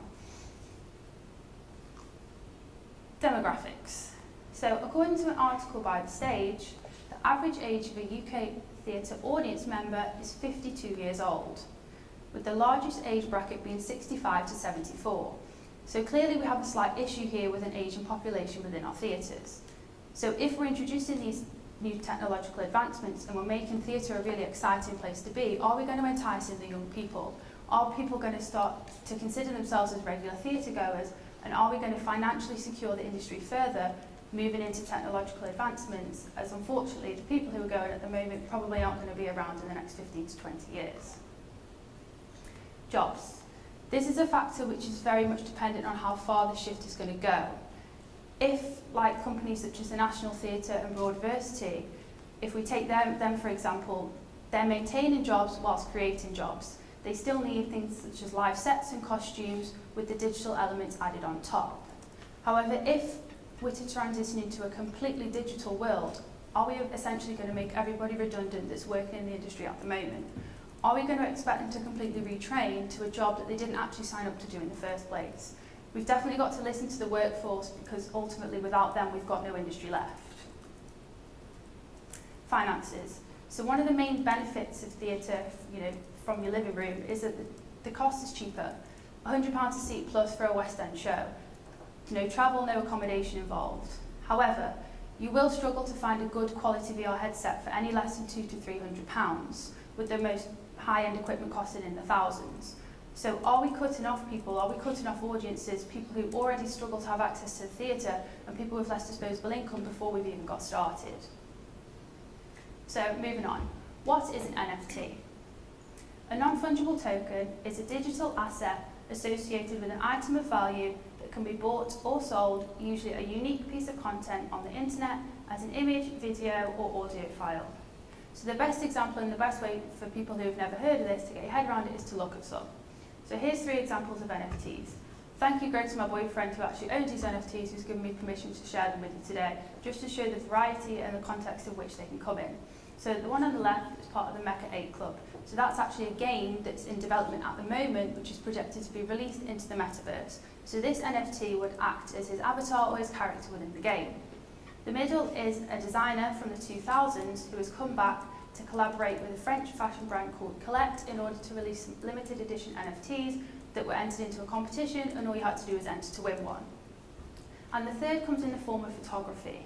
So this has actually been photographed by an ex-Marine who was wrongly convicted for a crime. And when he was released from prison, he decided that he was going to launch NFTs in the form of his photography, and the money that he makes, he then uses to help people in a similar situation. So NFTs, whilst it might be a picture on a screen, they come with different things and they also mean different things.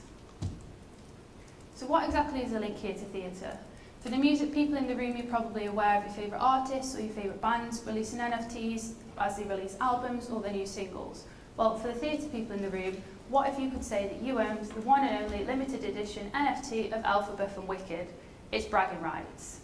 These NFTs can also come with what are called utilities, which is basically the valuations based on the access perks or the opportunities that they provide to the token holder.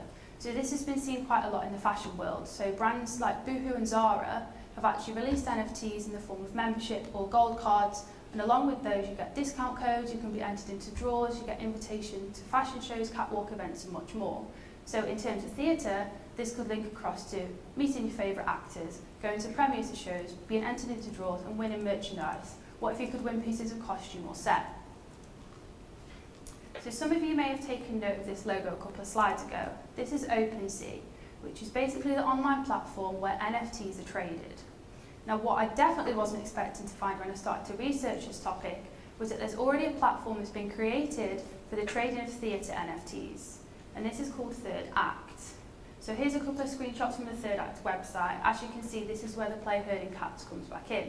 So along with another show, they've released some NFTs in the form of kind of character artwork, posters, tickets and much more. Now the key thing to note here is the currency. As you can see, they're being sold in dollars. This is the main difference between this website and the main distribution channel, OpenSea, as the majority of NFTs are traded in the currency called Ethereum. So Ethereum is a cryptocurrency which is powered by the Ethereum blockchain, which basically secures the network and makes the cryptocurrency secure. So again, what on earth is a link to theatre? Well, unfortunately, most of you in this room will be all too familiar with these headlines. The government controls the money. So cryptocurrencies, specifically Ethereum, you may have heard of a term called decentralization. It's a little bit of a mouthful, but it basically means to distribute the administrative powers of a central authority over a less concentrated area. So at the moment, the government is a central authority. They have all the money. And I could definitely do a whole separate presentation on the links here between cryptocurrency and the government, etc. But to put it simply, should we as managers be looking at the benefits of cryptocurrency in terms of securing the industry financially to keep the government away? It's also important to note that this is a situation at the moment. I'm sure over the next couple of years, governments globally will find ways to get involved and ultimately be back in control of cryptocurrencies. So this is a graph of the value of the Ethereum since 2015. I just wanted to add this in because it's really important. A lot of people look at it and they panic and they think, why on earth would I invest into this cryptocurrency when it's as volatile as it is? Well, this is actually quite typical of the cryptocurrency market, and it's therefore going to be important specifically for the theatre industry to employ the necessary people that understand it, people that can predict it. It's also really easy to withdraw money from cryptocurrencies extremely quickly and fast if you can predict a market crash. So just to add in here, I think it's really important when you look at the theatre world that you consider the community. The people and the fans globally connect through social media at the moment, and it's a huge platform in which people use to talk about their favourite shows and favourite performances, for example. So this goes hand in hand with NFTs. NFTs that have been created actually come along with their own fan clubs, etc. So this is an example of an NFT that a friend of ours owns, who's officially now part of the Cool Cat Club. And she travels globally to meet people who have the same hobbies and interests as her, which is pretty much technology and artwork. This is also a really great example of an NFT and how the value of them can increase. So a lot of people say, well, what is your NFT worth? An NFT is worth what anybody's willing to pay for it. Its value can only go up or down depending on how much somebody wants to buy it, basically. So this NFT was originally bought for £30. And you'll probably be quite shocked that the demand for these went up that much that she then later bought it for £20,000. So I've managed to identify here 3 key income streams to maintain and financially secure the theatre industry. The first being theatre NFTs. It's also important to note that every time an NFT is traded, the original owner or creator also receives a fee. So if a theatre company themselves sell NFTs to people, every time it's then traded on, they also receive a fee again. So it's a constant and reliable income source. The second is the use of VR and AR technology and the metaverse in order to live stream performances globally. So essentially, the more people you can sell tickets to, whether it's in person or virtually, the higher your income source. And thirdly, through jobs, because ultimately, the amount of jobs for people within the design and arts industry is only set to increase. This is a really important question. Will live theatre be ruined? Are we assuming that everybody's going to be as on board with this as the people who are pioneering the technologies? Ultimately, if we don't listen to our audiences, we're going to lose the only income source that we've got at the moment. Are people going to want to give up the enjoyment of going to a theatre, sitting in an audience, crying and laughing with the people around you and seeing real people's faces in front of you? It's a really important point, and we need to listen to what people have got to say. Also our performers, because basically without them, there is no industry. Are we going to expect them to retrain? Essentially in something that they didn't train to do in the first place. Are we expecting people who've done this for 20 to 30 years to just completely change their job? Are we going to expect people such as these gorgeous ballerinas on the screen to be dancing in green suits or with tech equipment on top of their tutus? And it's also really important to note anybody else who's got a performing background in the room will know that one of the buzzes that you get as a performer is actually performing to people's faces. So just to summarise, where exactly do we stand as managers? The first thing is quality. We must ensure the quality of the arts, whether this is digitally, live, or the combination of the two. If what we're putting out is not of good quality, people aren't going to pay for it. Second is income. We must always be looking at ways to maximise the income of the theatre industry. Expansion. We must always be looking at ways to expand, particularly to audiences who would otherwise not have access to theatre or the arts. And finally, performers. We have a huge responsibility to them. We must make sure that we can financially secure them where possible and listen to everything that they've got to say. Thank you for listening. Any questions?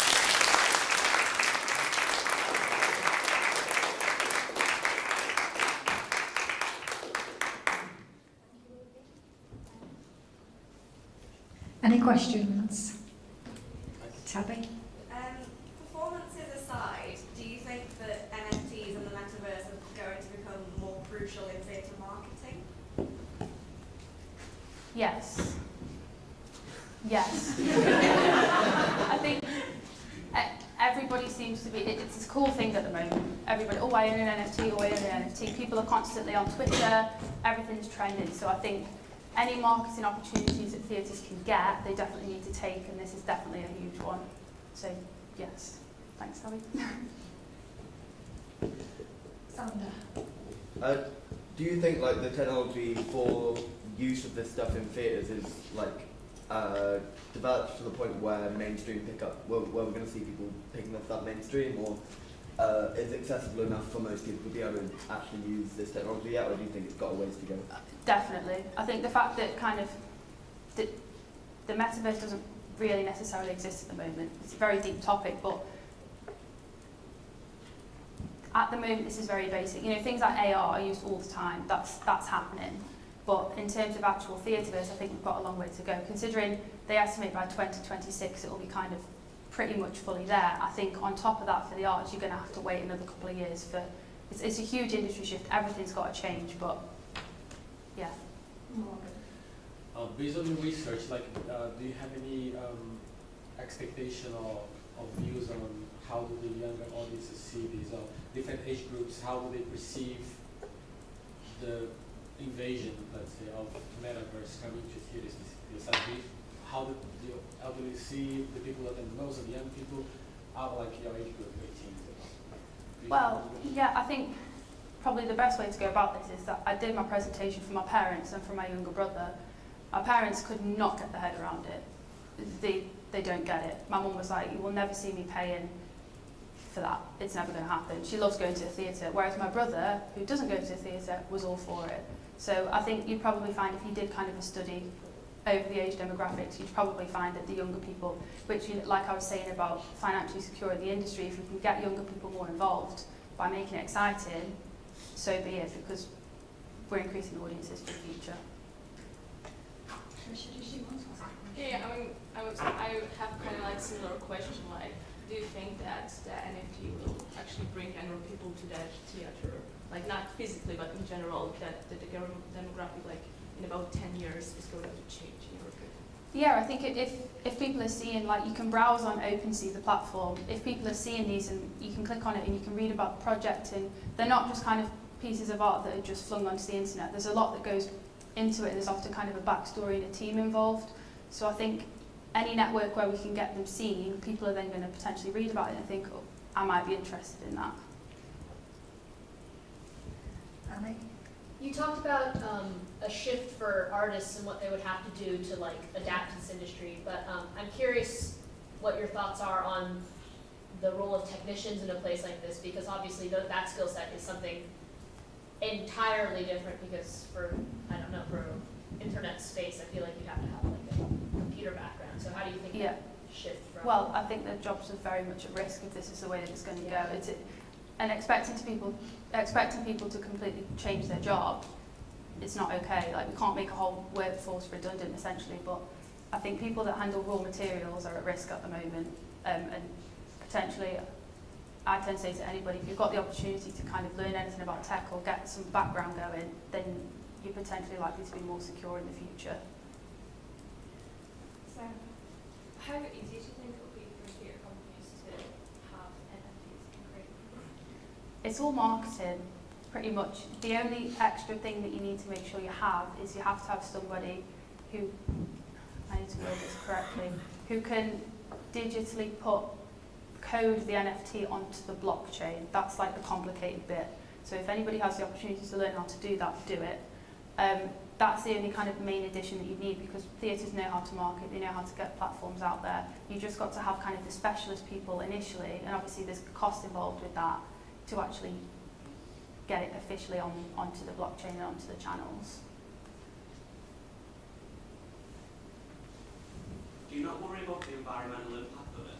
Like, with the whole idea of like crypto mining is currently one of the big problems, like damaging the planet with like the environmental sense of it. So this is something that I actually hadn't even thought about until I read Isaac's thing in the programme. Definitely, I didn't even know it was an environmental issue, so I'm actually really looking forward to learning about that, Isaac. Liz?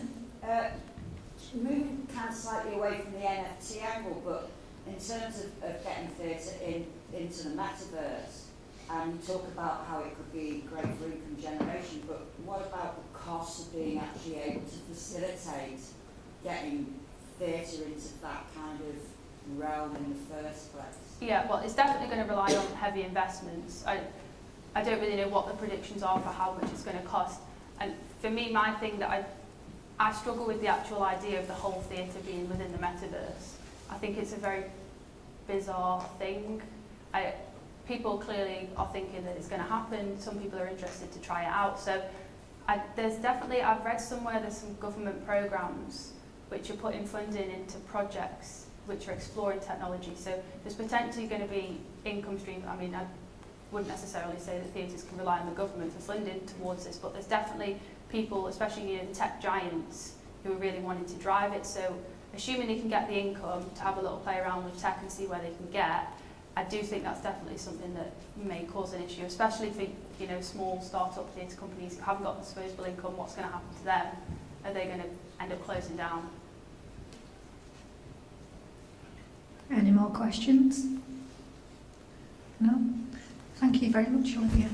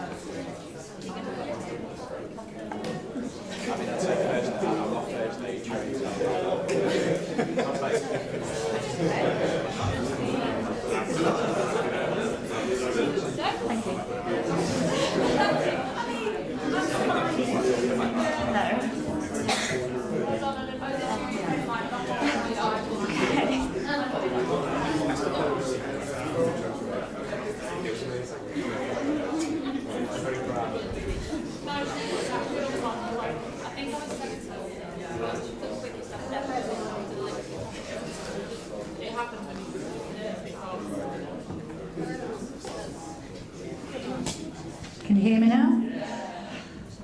Right, can I just ask you to please wait for the microphone to come round when you are asking questions? It's not for in the room, it's for those that are listening via streaming, because they won't be able to hear the questions. So just wait for Annie to get to you, please. Thank you. So just introduce Keely MacDonald now, who's going to talk about how has lockdown affected mental health in the entertainment industry.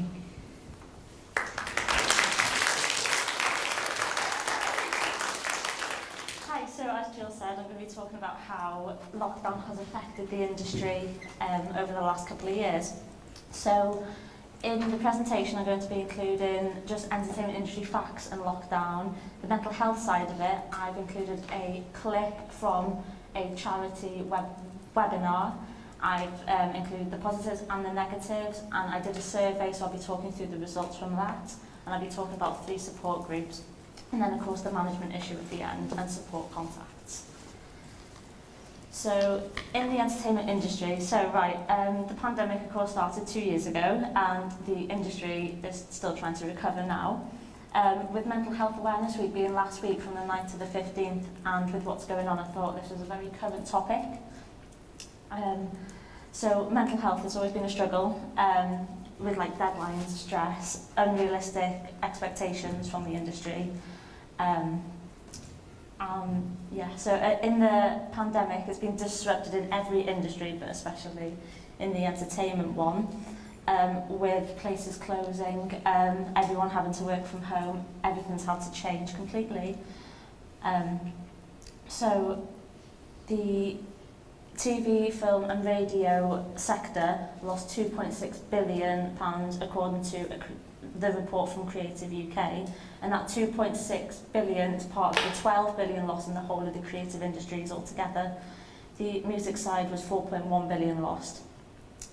From the film, TV and radio sector, they lost about 12,800 jobs due to the pandemic, and the North East and the Wales are the slowest recoveries now, and then thinking Wales isn't going to get back to normal from pre-pandemic until 2025, and the North East is the slowest growth in the region.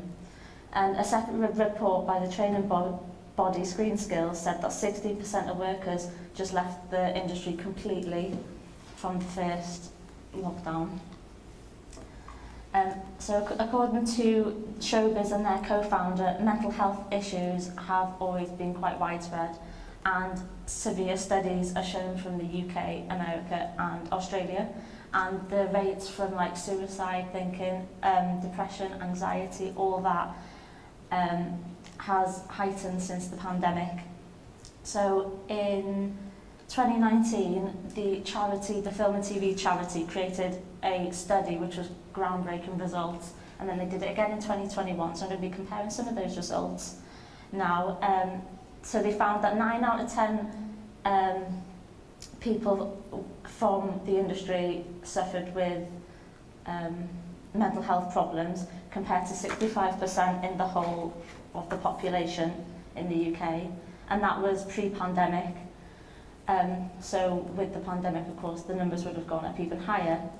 55% considered taking their own lives, and with opportunities, that was pre-pandemic was 29%. 57% experienced bullying and harassment, and then 51% of people said that their culture and values had a negative impact in the industry, and 90% of off-screen professionals said that they experienced mental health issues. And after this study came out, everything came more aware, and there's now like wellbeing classes, financial advice available, support lines. So from that study, it got the attention of ITV, Disney and Netflix, and then they all put together some money, and it came to 2.5 million for this plan called The Whole Picture, and it's a 2-year plan, and it includes like 24/7 support lines, peer-to-peer support, and a behavioural change programme. And then in the second year, they included self-help lessons, advanced training courses, protocols, and like guidelines of how everything helps. So here's a clip from the Film and TV webinar that they did. What you see on the screen now is some of the headlines that I wanted to use just to kick off the conversation today. What we found in 2021 was certainly some notes of optimism, as Connor said. So our mental health and wellbeing scores within the industry were pretty stable in 2021 versus 2019, and that's actually something of an achievement, given that, as I'm sure everyone's aware, through the pandemic, the society as a whole, well-being had suffered greatly, and across society many of those measures had gone down. So for us to maintain those level was actually pretty good news. And the other thing we heard when we were speaking to people was a real sense that mental health now is firmly on the industry's agenda. So it is being talked about. We are having more open conversations about mental health and well-being. And a belief, I think a really emerging belief that things can and will change.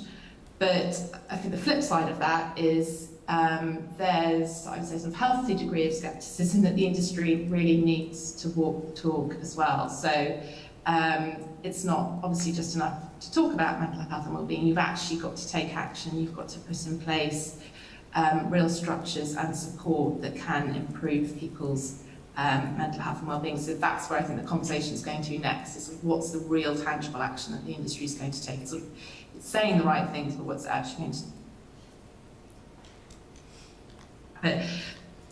So now looking at the positives versus the negatives, I started off with the positives, and I picked 2 main points from each.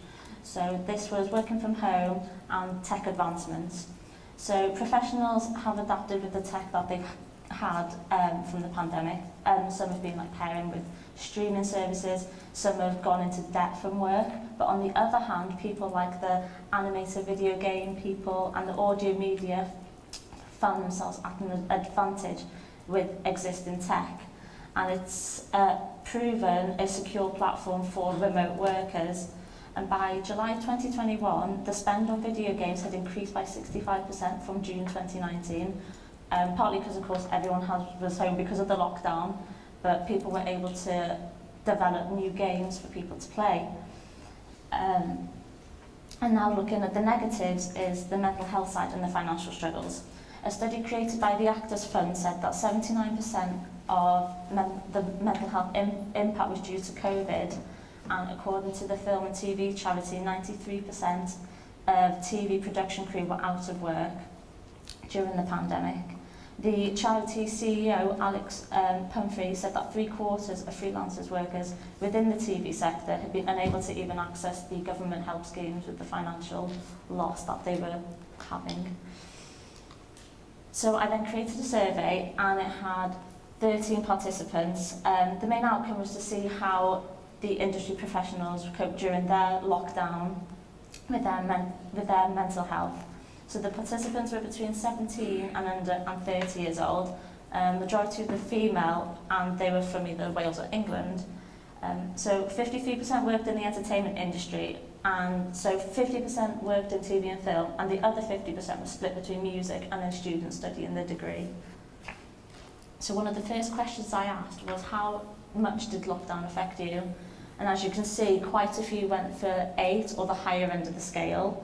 And then following on from this question, I asked what strategies did they use to cope from the lockdown, and I got quite a few mixed responses from like walking, routines and structures. I had like illegal substances, talking, sleeping, people coping differently, so there was just a wide range of ways. Then I asked, had lockdown changed your career goals, and 46% yes. And then I asked if they knew any other industry professionals, if they were affected, and shockingly over half said yes, so half of them knew someone else who was going through mental health problems. And then thirdly, I asked if they saw a change in the industry post-lockdown, and 70% said yes, that they did. The participants said that these changes included people working from home, virtual events, restrictions in events, less money, less jobs, and limitations in capacity in the venues. I then asked if lockdown had changed the perspective of the industry, and 70% said yes. And out of 10, by how much, the participants said between 4 and 8. And then on a scale of 1 to 10, I asked how did lockdown affect industry professionals on the whole, and the majority went on the higher end of the scales. And then lastly, I asked if they'd heard any of these support groups, so Back Lounge, Open Door or SALT, and 80% said no. So from this study, you can clearly see how much of big of an impact lockdown has had, not just on just these participants, but on every industry, and how damaging it's been for the mental health side of it. So there's lots of support groups out there, but I feel like they aren't really spoken about enough. And just out of curiosity, can you put your hands up if you've actually heard of any of these support groups on the screen? It's not that. Yeah, see, I hadn't heard these until I started researching about groups to see what was out there. So then the main management issue is what have management and companies and how they're helping mental health, are they taking it seriously enough? And after seeing figures from the TV and film charities study, you would think employers would make it more aware now, and seeing how many people are actually suffering. So what could the employment do better? They could introduce stuff like mental health days, manageable workloads, easier deadlines, or employ more staff to help with those deadlines, like coffee mornings, wellbeing sessions, like one-to-one catch-ups. And you're starting to see more of it now, but not enough. So by introducing things like these, like gym memberships or like coffee mornings and stuff, it's letting employers like discuss their feelings, being able to vent, and like realising they're not by themselves, struggling, and seeing how they can help each other and what they can do to support them. So the last section I'm going to be talking about is the 3 support groups. So starting with Back Lounge, they started in 2020, and this was for crew and artists, like booking agents, venue staff, security, for people who missed touring. This was a peer support group online, and they were able to vent feelings, discuss the views, or they could just drop in, listen, and just share experiences. This was quite beneficial for the well-being of them, because they realised everyone was feeling the same. And now, starting in lockdown now, it's gone to 4 figures, and there's attendees from all over the world. And it was longlisted in 2021 for BBC Radio 4's Mental Health All in the Mind Awards. Next one is Open Door, and this was an 8-month part-time intense course, and this was for young actors aged 18 to 26 who wanted a career in acting, but because of the pandemic going into, that was a bit more difficult. They would receive auditions, free travel, one-to-one acting, workshops and bursaries. And due to the COVID limiting careers, I thought this was very helpful. And lastly, SALT. They are an access programme about COVID and wellbeing. They have a theatre arts fund which helps provide emergency funds and support for theatre workers across the UK.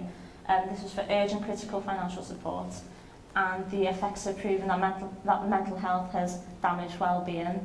And with support groups like these, they're able to help their employees.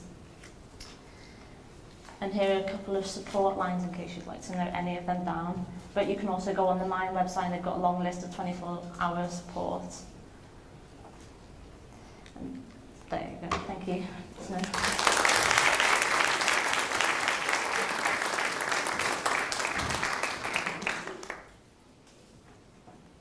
Questions?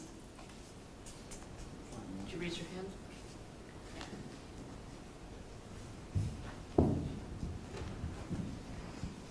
Hello. So you obviously spoke about some charities and organisations that help with mental health in the industry, but you found that not a lot of people know who they are and what they're about. What do you think could be done differently so that people get to know them, and what could be done differently in the industry as a whole with mental health? So even simple stuff like more social media interaction with the support groups, or maybe like groups going around employers in the industry, giving them like posters with support and advice and like key tips on how to help with their mental health and everything. And the industry, I think we just got to talk about it more, make it more aware, because it's not really spoken about much, and since being in the industry myself, mental health really isn't spoken about as much as I think it should be. Obviously you mentioned that all of these groups came about during the pandemic, and you've also highlighted that obviously was an issue with mental health before the pandemic as well.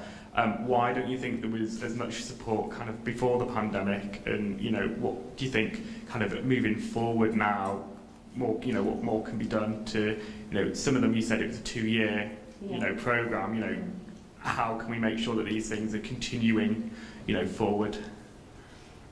So I think because they were initially 2 years due to the pandemic, but I think there should be more support groups thinking for the future, being like, well, people are still trying to recover now with like financial health and all that stuff, so it's going to be a struggle. So I think they just need to think about the future, but I don't think they are as much as they should be.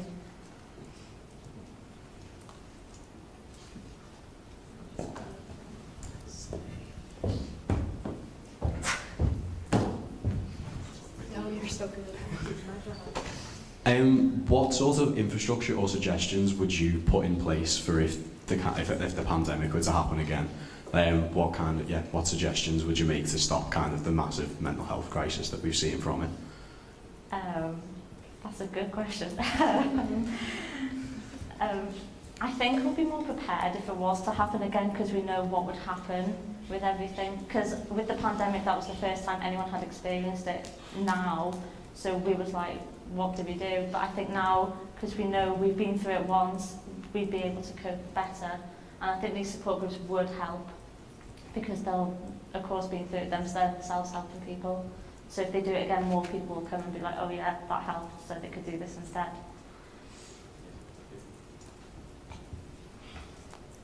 Anybody else? Okay, Kaylee, have you experienced... Oh, sorry, I didn't say that. My last question is last question. I was wondering which of the age groups are the most likely to actually use the support like groups or those phones. are they most likely to be, like the proper adult people, or like the young adults, or maybe people like over 50? Who are they? I think everyone would benefit from the support groups, and when you look on the Mind website, they've got certain support groups for like 30 and over, 50 and over, or like 18 and under, so they've all got their specialised groups, but I think everyone will like benefit from it, because like the younger ones, of course, they'd be quite scared for their future, and then the older ones from like loneliness or something like that, so they'll both benefit.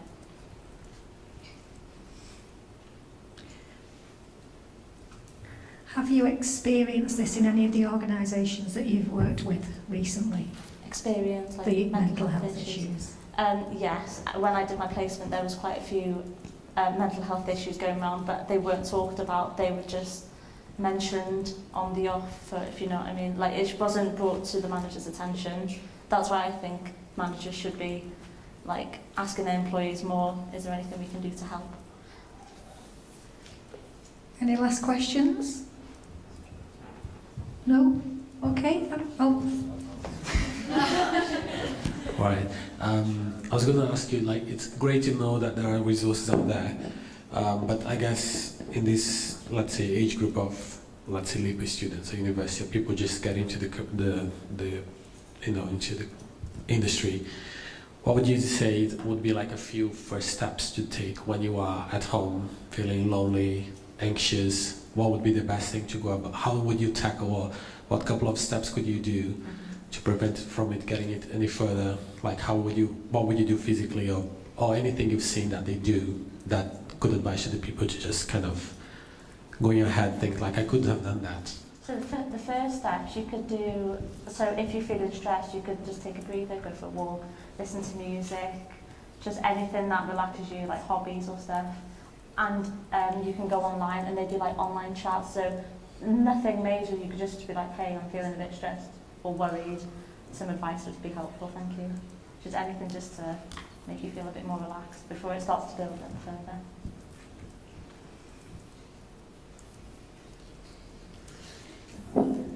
Any questions? Again? Thank you, Keely.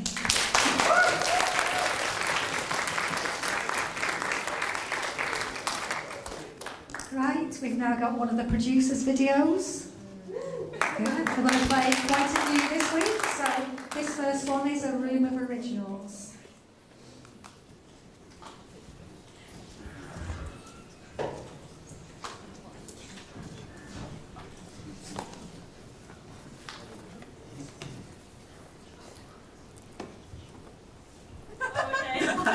Down.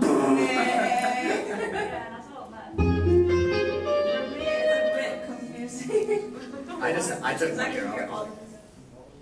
Hello, I'm Janessa, and this is the Room of Originals. On guitar, I have Alan, on keys, Neve, and on drums, Carl. This first song is called Naive.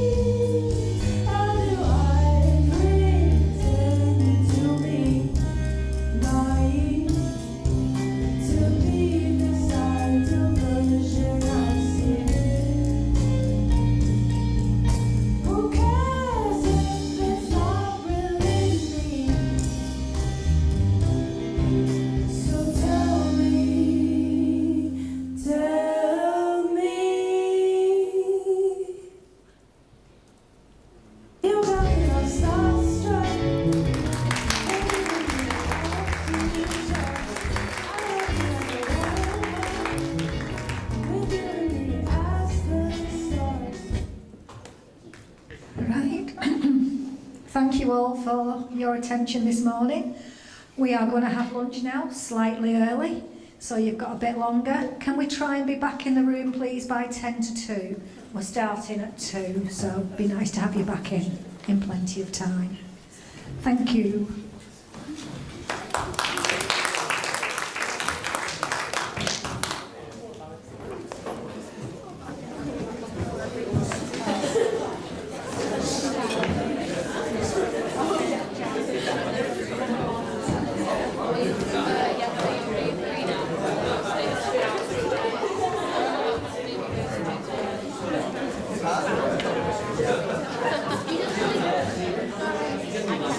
Come on,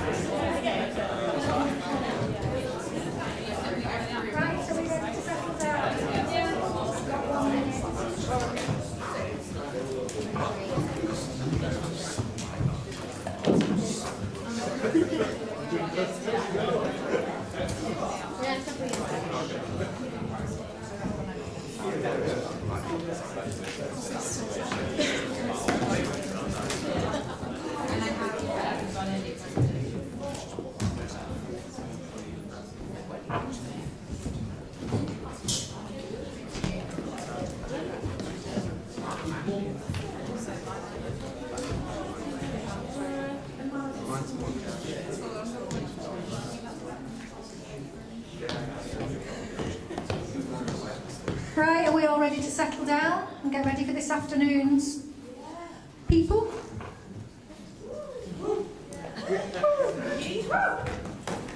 Right, so we're now going to have Patty talking about classical music industry.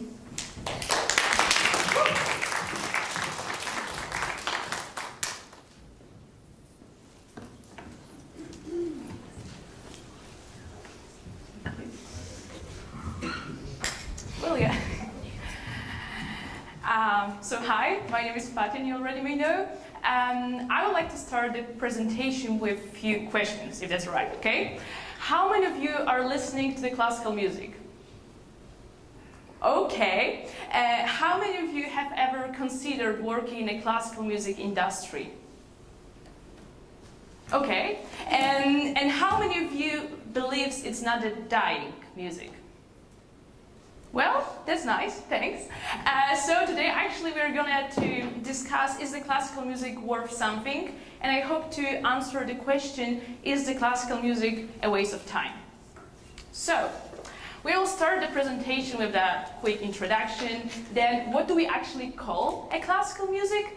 A bit of the history background, classical music industry, what does it actually means, a classical music market, some data, statistics and other fun numbers, barriers and opportunities, and of course the conclusions and Q&A. So, as you know, I'm Patty, I'm ex-classical music performance and a manager, and future to be a management graduate. So, what do we actually call a classical music?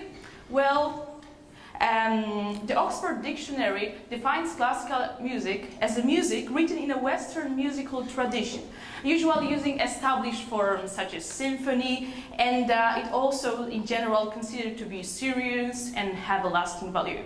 But those are just words, and we talk about music, yeah? So I would like you to show some examples. What do we actually call a classical music?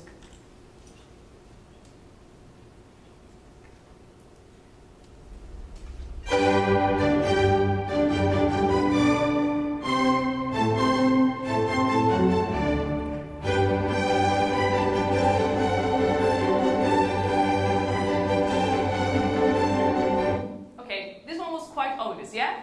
But right now I'd like to show you another example. What do we also call a classical music?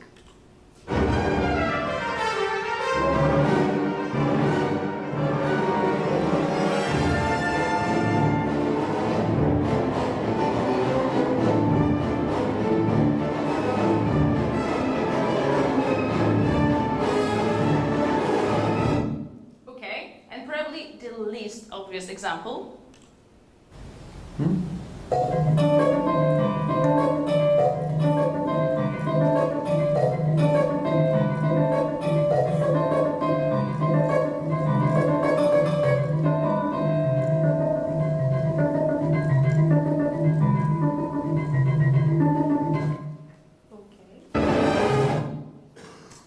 Okay, so those were the examples. Right now I'd like to talk a bit about the background and the history. So if you think about how much would top-selling classical music names do right now, we talk about those cool guys such as Mozart, Beethoven, and of course Bach. So right now, nowadays, they will make about up to 6.7 million monthly plays on Spotify, and would actually earn about 270,000, let's say on average, on annual earnings. So which brings the industry, to be fair, quite of money, in spite of the fact that those are actually dead guys. If we think about general money in the classical music, we can actually see quite serious numbers. When we look at the average salary on the classical music for the classical musicians, it's about $74,688 annually. It looks quite similar in terms of the conductors, which on average make about $73,269. To be fair, we have to be aware that those are the numbers of actually the top orchestras in the world. In terms of the top orchestras, we talk about the Chicago Symphony, which makes about 3,420,804, and is run by the Mutti, the most expensive conductor nowadays. Then we have Los Angeles Philharmonic, which makes about 2,857,103, run by Gustav Dudamel, and San Francisco Symphony, which makes about 2,139,720. Whoa, very long numbers. However, when you look at the modern composers, the average salary range is a bit smaller, as it starts from the 46,631 to 64,763. However, on average, it's about 53,765. I would like to look at the number and then compare it with those numbers, okay? So, as you can see, the classical music works as any other industry, to be fair. In general, the music industry works through a network of partnership between the companies and individuals on the music creation side, such as musicians, composers, and producers. Then we have the customer-facing side, such as streaming platforms, venues, and public performances, spaces, and of course the business side, which means the labels, managers, publicists, booking agents, touring agents, and of course, as any other music industry, it was actually influenced by digitalization, which means more streaming. It based on live and touring industry, arts management, and of course fun and audience attention. So we have the artists, who are the indicators, yeah? So how about the profit and the audience? I would like you to think about the number, how much the classical music may be actually worth it. Okay? And I'd like to look at the data. So in 2018, the revenue of the classical music amounted for almost 146 million US dollars in North America, and $135.8 million in Europe, which actually are quite a huge numbers, in my opinion. Well, now we are going to discuss the numbers in the classical music, which are in the same time giving us some hope, but also let us ask more questions about the potential future of the classical music. So, we have the classical music market. Okay, according to Billboard Nielsen, classical music has an overall of 1% share of the market in 2019, and it was 12 out of 12 genres, far behind the R&B, hip-hop, rock, pop, and even behind the children's music. And on the other hand, over 190,000 people on average are listening to the classical music radio stations during the whole day. Nearly 11 million Americans are listening to the classical music public radio at least once a week. And think about how many times have you actually listened to the classical music without even noticing it. So, in general, the study found that 35% of adults are listening to the classical music. Classical music, in that data, that research was actually found to be the fourth most popular genre. In terms of the Spotify, we talk about 10,000 monthly listeners to the classical music radio, with top composers such as Bach, Handel, and Chopin, who makes about millions of streamings each month. In terms of the radio, as we know already, it's about 1,900 streams per day. Well, right now, I would like to talk about more who are the people hidden by those percentages. Well, that might be surprising, but almost a third of the classical music audience was found to be under the age of 35, as statistics reflects among the ABC classical listeners. But if we think about the audience market, the modeled age breakdown for the classical music bookers nationally are concentrated in the middle and the older age groups of the population. So 42% are likely to be aged 41 to 60, 37% are likely to be aged over 61, and 7% are likely to be aged under 31. Well, it doesn't look promising. And in terms of the streaming, at 34% were 18 to 25 years old. Over the same period, the classical music streams by listening under 35 rise by the 17%.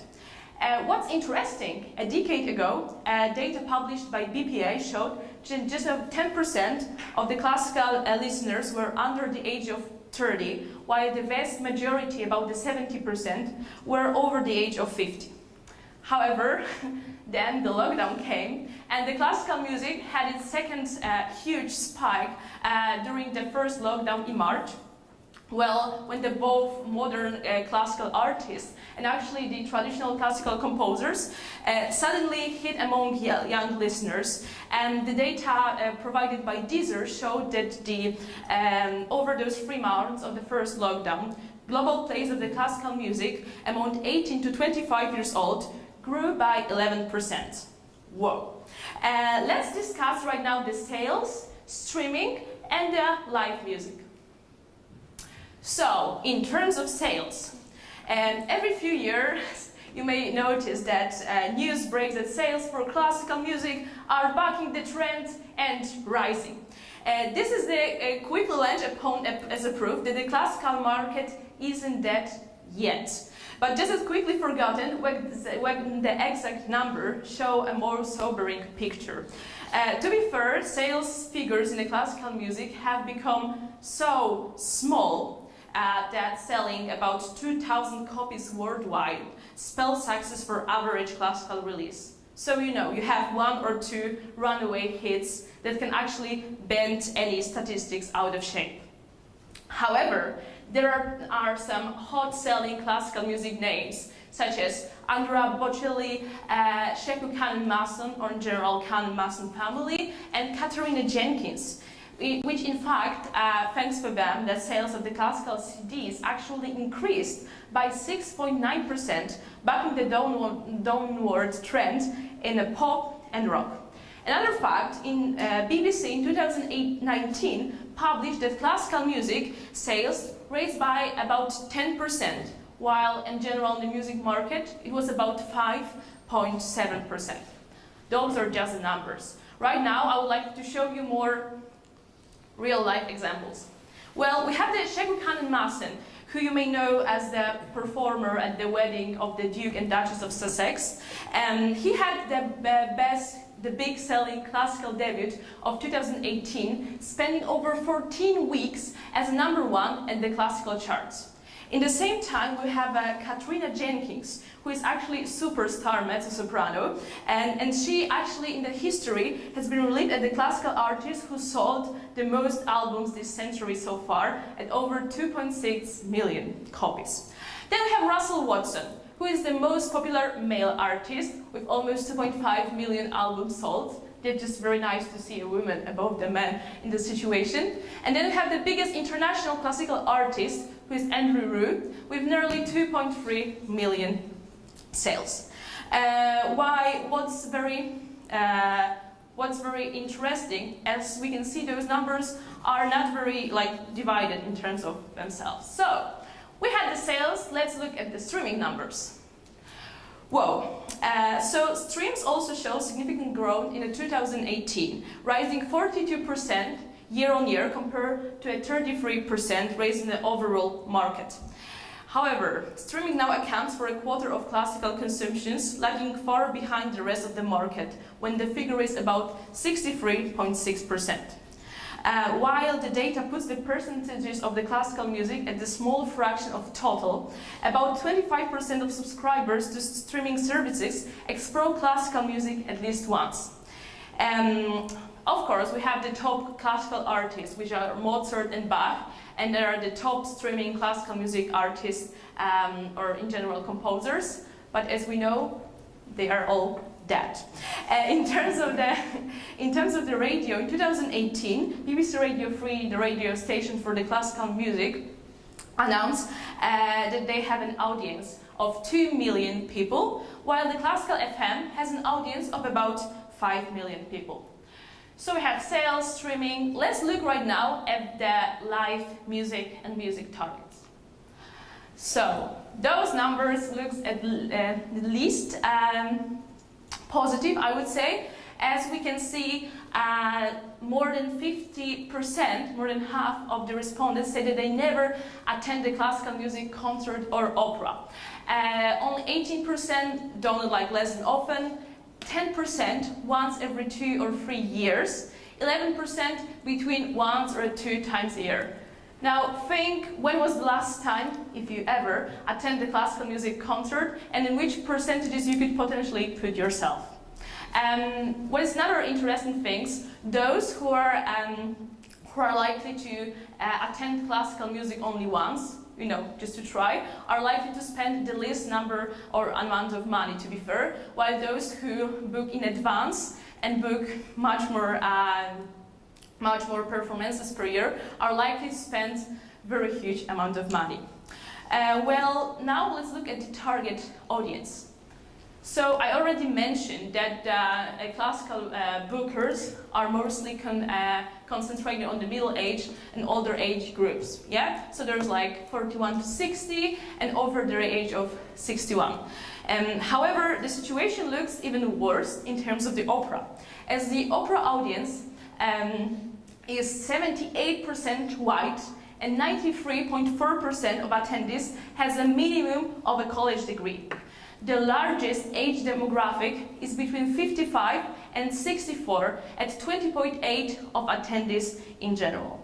Also, the opera goers are mostly famous, almost female, almost 60%, and the least represented income bracket is less than $20,000, which is about 7.4% of attendees. Okay, those were lots of numbers. However, right now I would like to show you those numbers actually in the perspective. Okay, so those are the classical music sales in comparison to a popular music. Well, we already know that Katrina Jenkins is the best-selling artist in the classical music history with 2.6 million certified sales.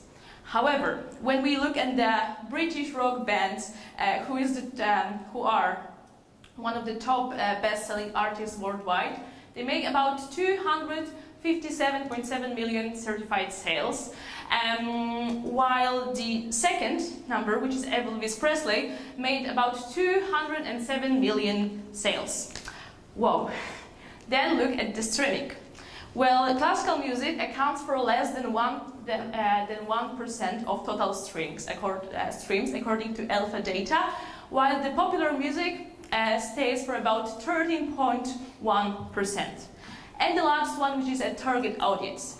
As we already know, classical music 41 to 60 years old, while the popular music are considered as young people aged 16 to 25 who spend around 180 minutes listening to the music every single day. So why those numbers look in that way? Well, because there are some very serious entry barriers.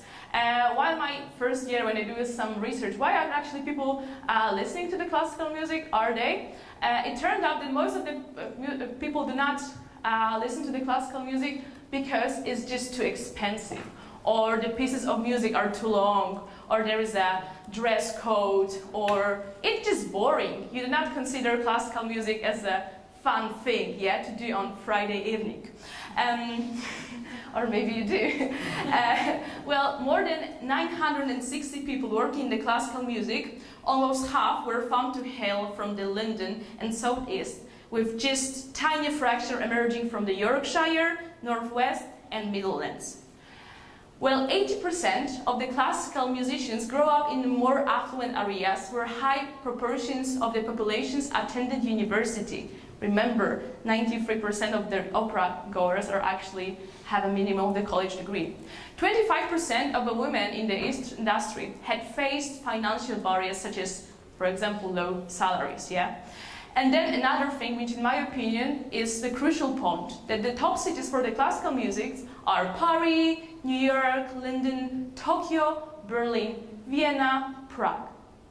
So those are actually quite rich cities, yeah, with the on average high income per person. So people actually can afford going to the classical music concert. They can afford to be in that clubby environment, which educate them, their children, or let them play the musical instruments.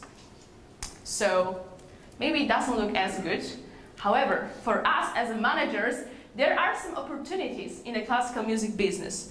Well, some of you said that they consider working in the classical music in the past, and well, they may be actually a green light for you. So the annual salary for orchestra manager is about $61,500 US. In terms of the Metropolitan Opera assistant orchestra manager, that job is actually on the market, you get about $990,000 up to $100,000, but the job consists of working during the daytime, weekends, weeknights, so it's not as predictable. Also, the Metropolitan Opera is one of the best opera houses in the world, which actually can afford it. Artist management, on average, $143,000 or $46,000. PR specialist, on average, $62,800. Marketing coordinator for classical music, publisher, events and social media, about $71,268. That job is actually on the market as well, so you may take a look. And of course, all of the skills that you learn during the management program, you may actually apply to the classical music world. You can work in the communication, as an agent, as a manager, in an AR, PR, event management, and even accounting, if you wish. So, my conclusions. Based on the lots of numbers that we just saw and all of those facts that we are now familiar with, my conclusions run to the fact that the classical music is not dying, and actually it's been quite well. However, we have to be aware that this all happens on very low level in terms of the numbers. When we actually compare it with the wider picture of the music industry in general, it doesn't look as promising. However, we as a managers could consider that contemporary issue, which is how to actually get younger people work in the classical music. If we think about us, young people who may just enter the world, we may actually apply all of our skills to the classical music and then maybe solve that potential problem. Also, the thing is that we are mostly listening to the dead composers, and those who are composing right now, they are just about to I don't know, show their piece of music only once. If they're lucky, it's going to be recorded or it's going to be published, but that's basically all. So we have to be actually aware of the fact how to promote new composers. However, I think that there are some bright sides of the classical music, and which are the jobs. So I hope that it actually gives us a picture of what is the future of the classical music, and it's actually not a waste of time. So thank you. My name is Patty, and do you have any questions?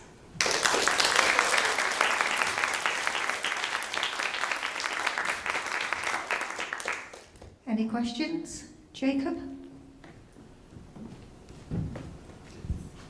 So you said about how it's difficult for the new composers to get their work played and performed. Do you think big organisations like the Welsh National Opera and the BBC National Orchestra and all of them have responsibility to kind of champion these new works more than they do, and what can they do, you know, to champion these new works more?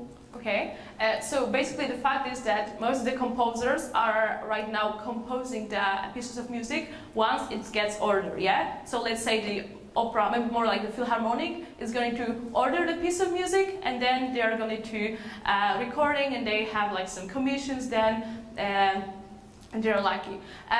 So I guess because the opera house and Philharmonic are most likely to be the public and private funding, they also have to think about what actually sells. And as you could see from the examples that I showed in the first few slides, we have the commercial classical music like Mozart, Eine Kleinheit music. That's probably, maybe not all of you, but some of you may actually enjoy going to the concert, listening to those fun things. However, there was the example of John Cage.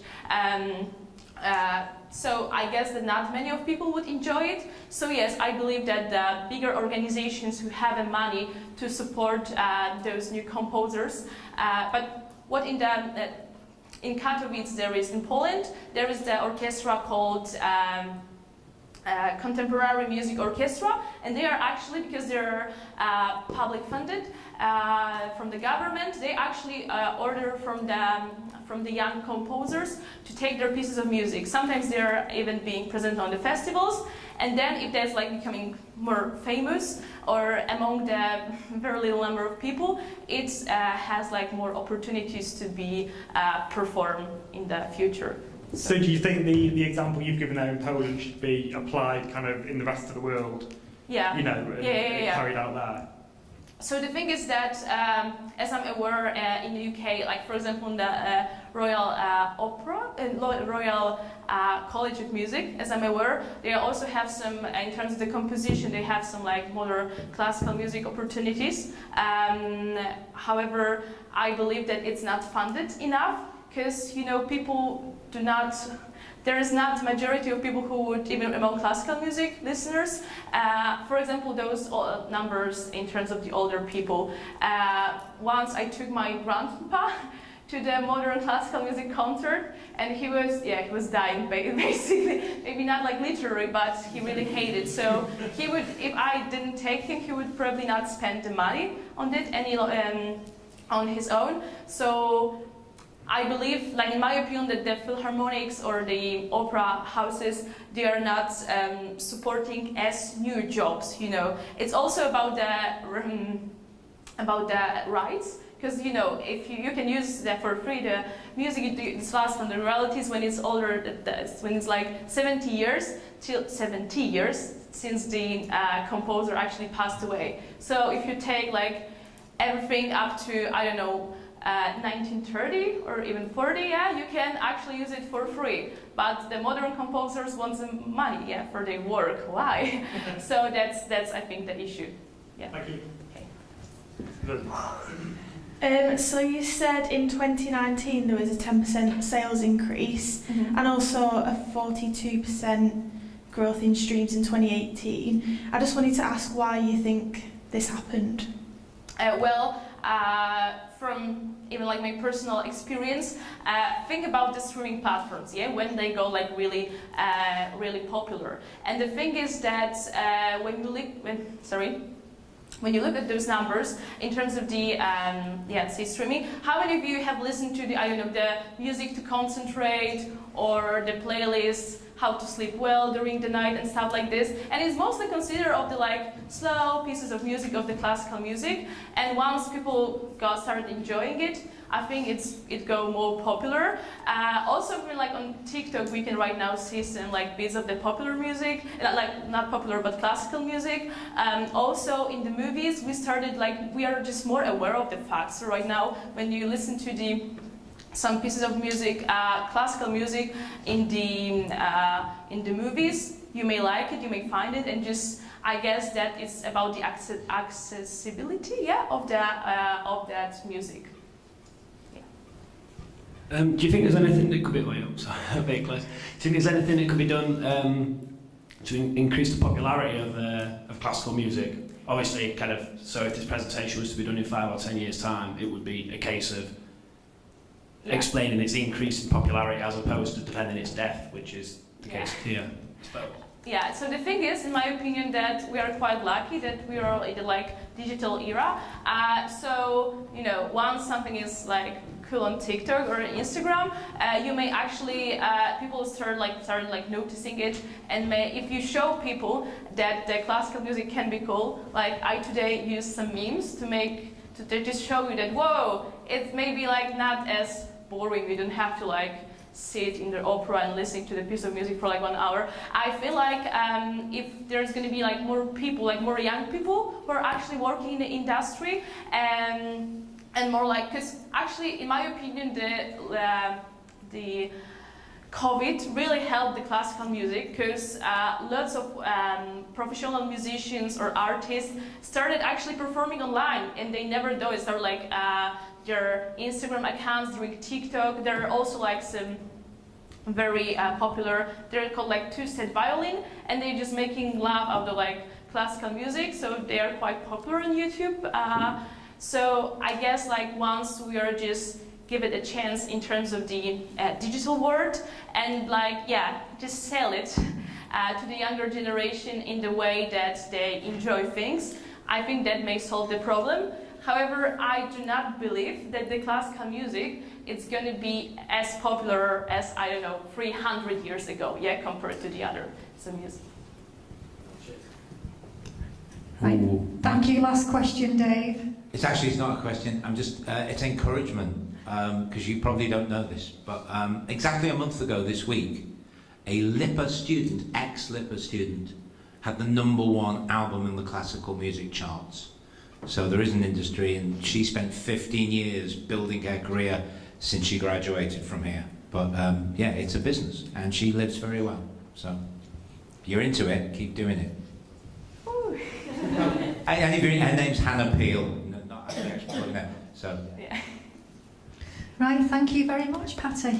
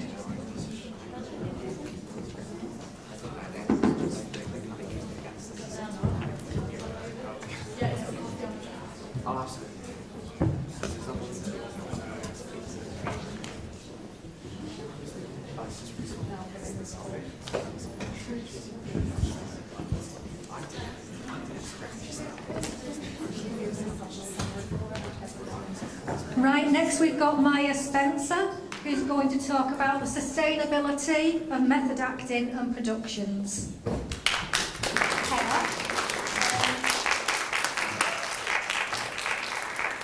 So, like we said, I'm going to be talking about the ethics of method acting, and is method acting sustainable for productions and actors? Just a little trigger warning, because some images and some of the things we might talk about could trigger people. There's images that could possibly trigger body image issues or dysphoria, and we're also going to be talking a little bit about mental health. A little bit of an overview. I'm going to talk about what is method acting, the history of method acting, some examples of it, some case studies, the impact on actors and productions, is it sustainable in the long term for the industry, media / industry opinions, what is being done, and then conclusion. So a little bit of an introduction. I'm Maya. Anyone I don't know, hello. I'll be looking at like I said, the ethics of method acting, the impact on actors' mental and physical health, and the impact on productions, and I'll be looking at whether the industry is doing anything to negate the negative effects that these processes have. What is method acting? Method acting is defined in the dictionary as preparation for an acting role in which the actor gets real experience of the life of the type of character that he, she, or they will play. Just a little note, it is said that what we consider to be method acting now has changed since its inception and what it was originally taught to be. A little bit of history behind method acting. It's said to be originated by Konstantin Stanislavski, then later adapted by Lee Strasberg to become what we know now to a certain extent. The Stanislavski method is defined as an approach to theatre and film acting developed by Stanislavski. Through preparation and rehearsal, the system aimed to create an emotionally expressive and authentic performance where actors internalize their character's inner life, including their motivations and emotional states. Some core principles of Stanislavski's system was the magic if. He didn't believe that actors just pretending that what was going on was real would be realistic. So he asked them to put themselves in their character's shoes. What would they do if they were their character? Given circumstances, what can an actor glean from the script, from the writer, about the character's background? And this is used to determine what the actor believes are the actions that a character can take within the given circumstances. Super objective is the character's primary motivation, what they want the most in the world, what drives their actions. Physical action. He wanted actors to lose their own mannerisms and lose their physical movement and adapt their characters. An emotional memory. He encouraged actors to draw on emotional memories from their life off stage to provide more compelling emotions on stage. Lee Strasberg. He took what was wrote in Stanislavski's system, adapted it, and shaped what method acting has become today to a certain extent. One of the main differences was the emphasis on the actors having real physical and personal emotional memories like the character to ensure a more realistic performance. So basically he said, go do something that your character would do. Go experience something that your character would experience. He also, in his teaching of method acting, had an exercise where he taught that imitating a specific animal's movements could rid actors of their personal physical gestures and help them create new mannerisms for a character. So, next I'm going to be looking at some examples. So one thing to note before going into this is it's interesting that when looking at these examples, performance for the actors has been praised, but not always the process and the methods behind it get praised. Some of the next examples I show you, some have been deemed to go a little bit extreme, some less extreme, some where they've sort of been deemed to go too far.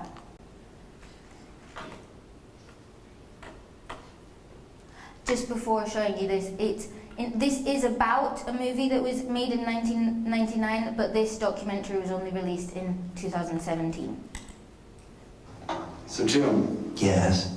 How would you start this movie?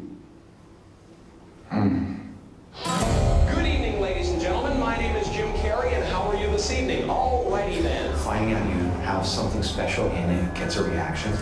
That's how I got attention and love.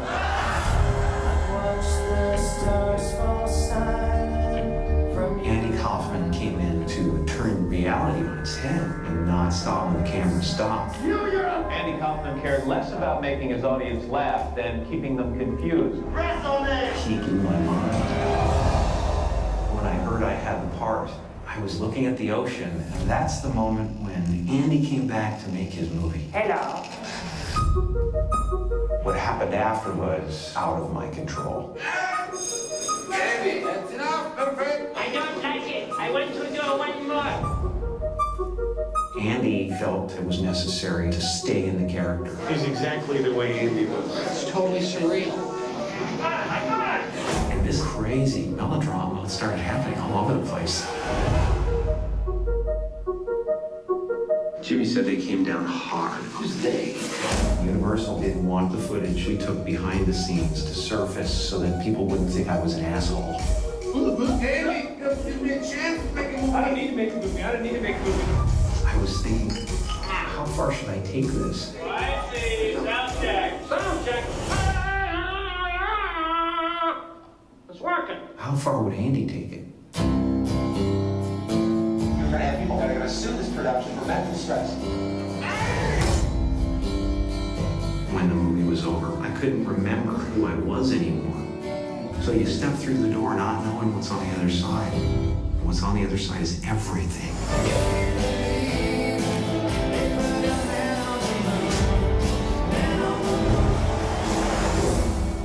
I know him as well as I can know him, but who do you know, even when they're right in front of you?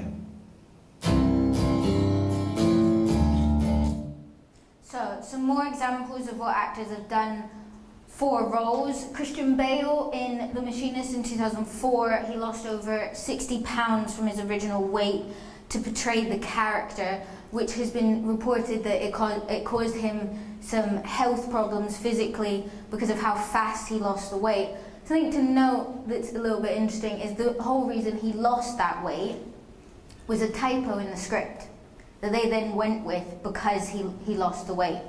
Hilary Swank for Boys Don't Cry, she lived as a man for over a month. She went to somewhere where no one would know her, cut her hair, changed her name, everything, completely lived as a man for over a month. Heath Ledger in 2008 for The Dark Knight, while portraying the Joker, locked himself in a hotel room for weeks to ostracize himself from the outside world. He wrote diaries as the character while in those hotel rooms to get into the deranged mindset of the character. While this film was in post-production and he was supposedly have reported to have gone method for his next role, he died of an accidental overdose, and some people question whether this going method and changing his mental state at the time had a part to play in his death. Jamie Foxx, to play Ray Charles, glued his eyes together for 14 hours a day in preparation to know what it was like to be blind. Jared Leto for Chapter 27, he put on over 67 pounds worth of weight in a short period of time, to the point where it gave him gout, and for a short period of time he was in a wheelchair because of the pain of putting on the weight so fast. Shia LaBeouf in 2014 for Fury, he pulled out his own front tooth. He didn't wash for days to the point where Brad Pitt said, "Mate, you need to wash." He stabbed himself to the point that he drew blood and needed stitches. Some less extreme examples, but still examples that have been said to have an effect on the actors. Kate Winslet in The Reader, playing a Nazi camp guard, said that stayed in the accent so long at some point she was reading bedtime stories to her kids in a German accent, and that within the mindset of the role and getting into that emotional mindset, that it took her months after playing the role to get over it and stop using the accent. Anne Hathaway in Les Mis had to lose over 30 pounds, which she has said that was really hard for her because she's already a skinny person, and it was really physically hard on her body. And that for the month after filming that she had anxiety about the outside world and there was too much going on for her. Now, some case studies. Jared Leto, Christian Bale, Jim Carrey, Heath Ledger, all very well known for being actors that like to go method.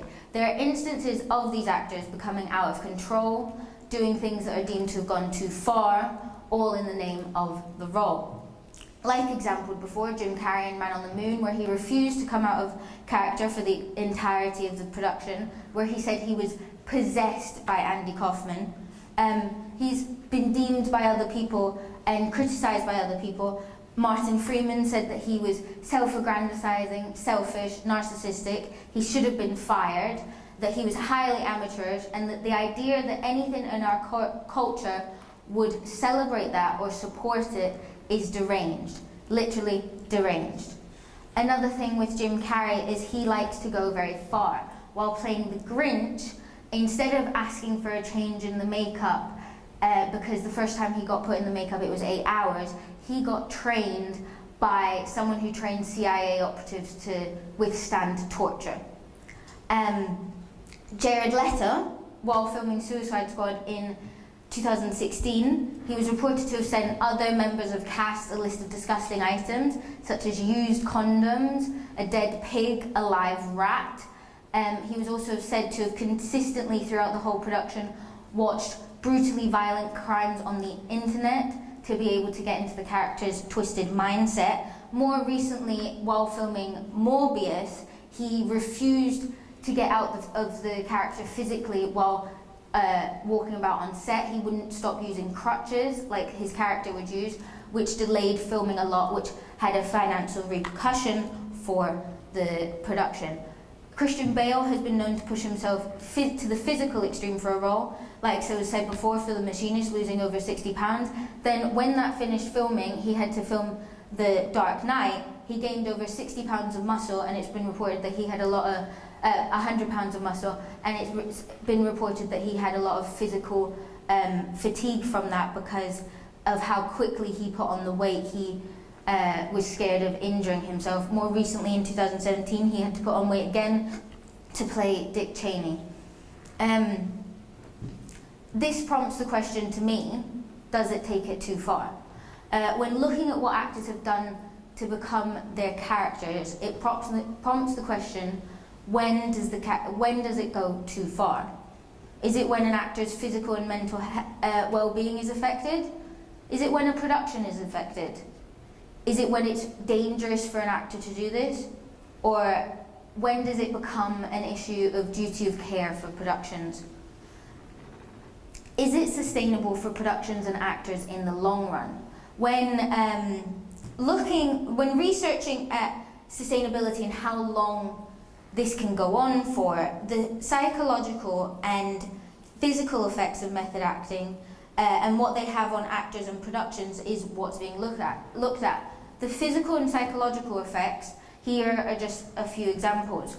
Lack of sleep, emotional and physical fatigue, inability to compartmentalize from character and person, depression, health problems due to weight loss and gain, PTSD-like symptoms, developing phobias, dreams, flashbacks of characters and hallucinations, anxiety, personality changes, psychotic disorders, shame. They are only a few.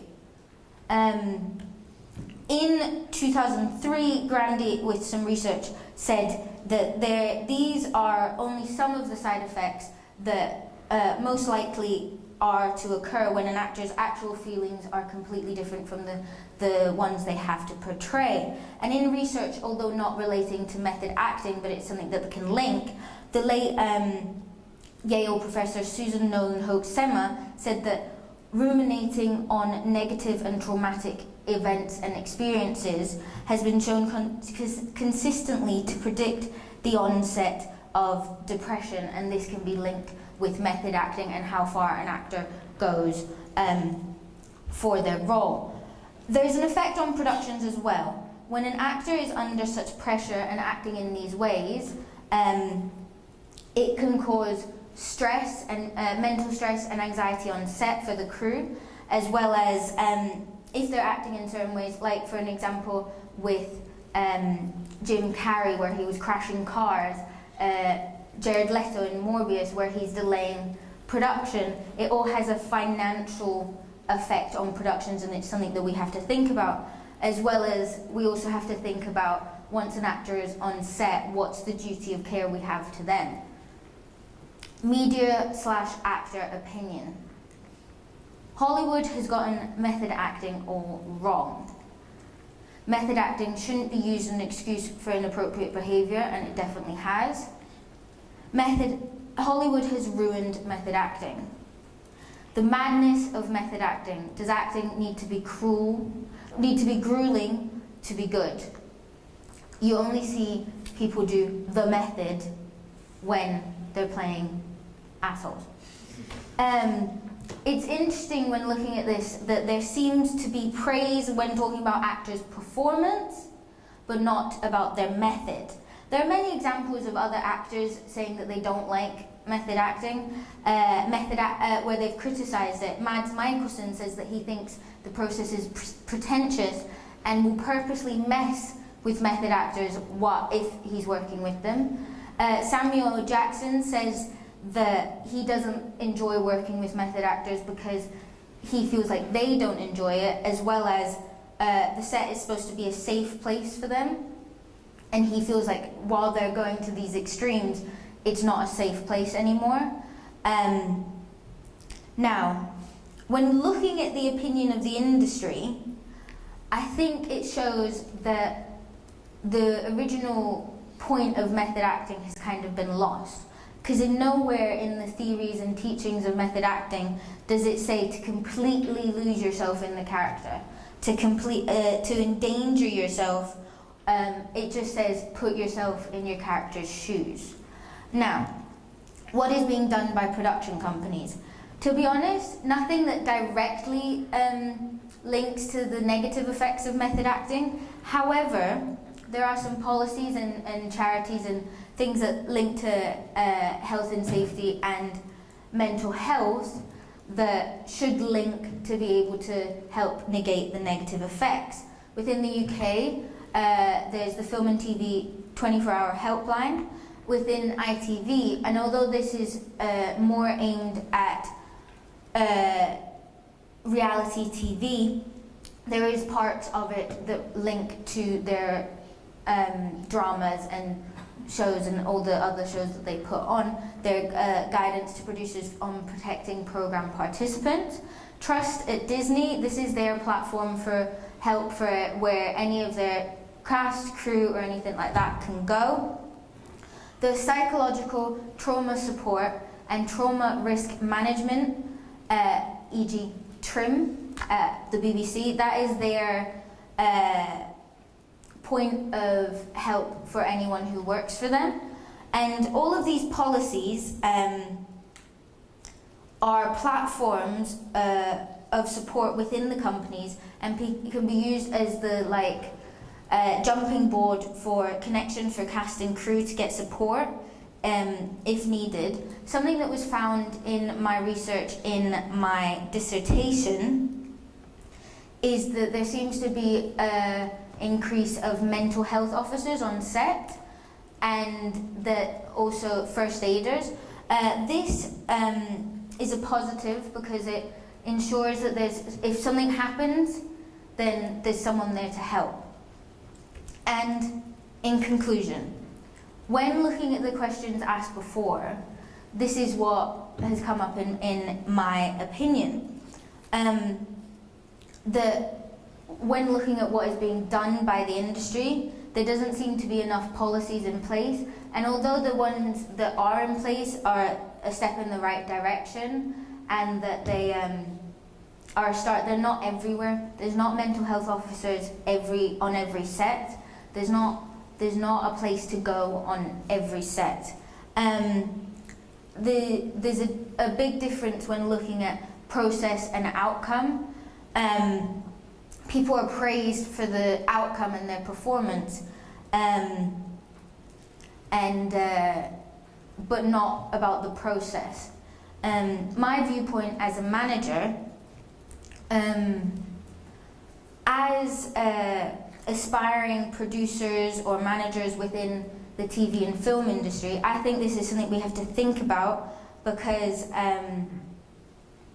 once we get into the positions of power, we have a duty of care to those who work for us, whether it be actors, whether it be the crew, and we also have to ensure that there is no risk to health and safety. So it makes me think, how far do we let an actor go? How far do we ask them to go? How far do we let a production go before someone is physically in danger or mentally in danger? And when looking at the question of sustainability in the long run, in my opinion, it's not sustainable for actors to be doing this because of the physical and mental effects. And for production, it makes me question how far they will go for the final product. How far will they let an actor go before they're physically endangering themselves? How far will they let them go before they endanger other people? And though there is a question of how can we police it? What if it's their choice? How do we sort of manage that. I think that once an actor is on set, they are under our duty of care, and we need to ensure that they don't go too far before they physically endanger themselves or other people. And also, like was said before by the producer or director in Man on the Moon, he wouldn't be surprised if 8 or 9 people sue this production for mental stress. And although that didn't happen, it makes me think, well, how many productions has it nearly been where people are so stressed and the environment is so bad that they probably would sue. And that's something we, as managers, we have to think about, because all of that can have an effect on the production financially, but also just people might not want to ever work with you again. And that is it. Any questions?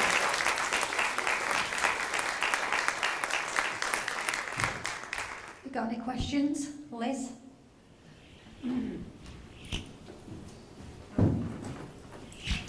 Thanks, Mel, that was really interesting. As a producer, would you take the named actor who's going to generate the income, but who's going to do the method, over the non-method, non-named, not generate the income actor? Sorry, with the feedback there, I couldn't hear that last bit. So would you take the actor, would you employ an actor who's going to do the method and who's going to generate the box office over an actor who isn't going to do the method but might be less of a pull at the box office? I think it's a hard one, because obviously as a producer you also have to look at what you can get back, but at the same time you also have to kind of look at, if I pick this actor, are they going to cost me more if they go out of control, or they delay filming, or they do something that affects other people? So it is a hard question, but I think if you have another actor that is just as good, can play the role the way you want them to, and you know for a fact that they're not going to go off the handle, it's one of them where you're like, or do you go for the one that you know will bring in more money, definitely, but you don't know if you can control them? It's one of them where you have to really consider it. And I think if you could ensure that the other actor would never go out of control, I might lean towards picking them.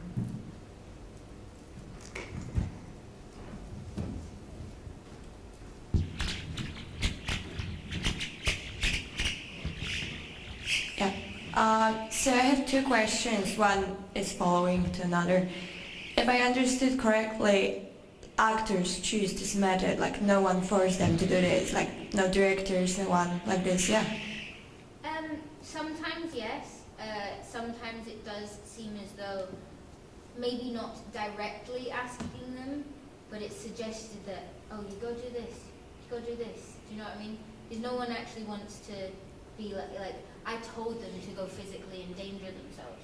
But from things that I've read, it seems like there's always a little bit of a suggestion. Not every time, but sometimes. But yes, a lot of the time as well, it is actors that make the choice. But I think that once they're on the set, you have a duty of care, so you have to say, well, how far are we going to let them go? Yeah, okay, so the names that you put as examples, they're kind of legend or people who won some awards, so definitely this method works for them and they think that's successful. So how you want to stop the actors to not do this method if you see that they're in danger or something? Because I think some of them put the awards and the good quality of the movie higher than their own health. They're just fixed on that. I understand that, but like I said before, I think once they're on set, we do have a duty of care, and it's whether what they're doing could possibly endanger other people as well. Because sometimes you can say, well, I'm going to let them do what they want because it will be great. But if they get to the point where they're starting to endanger other people, there has to be a point where you go, I'm not going to let this happen anymore.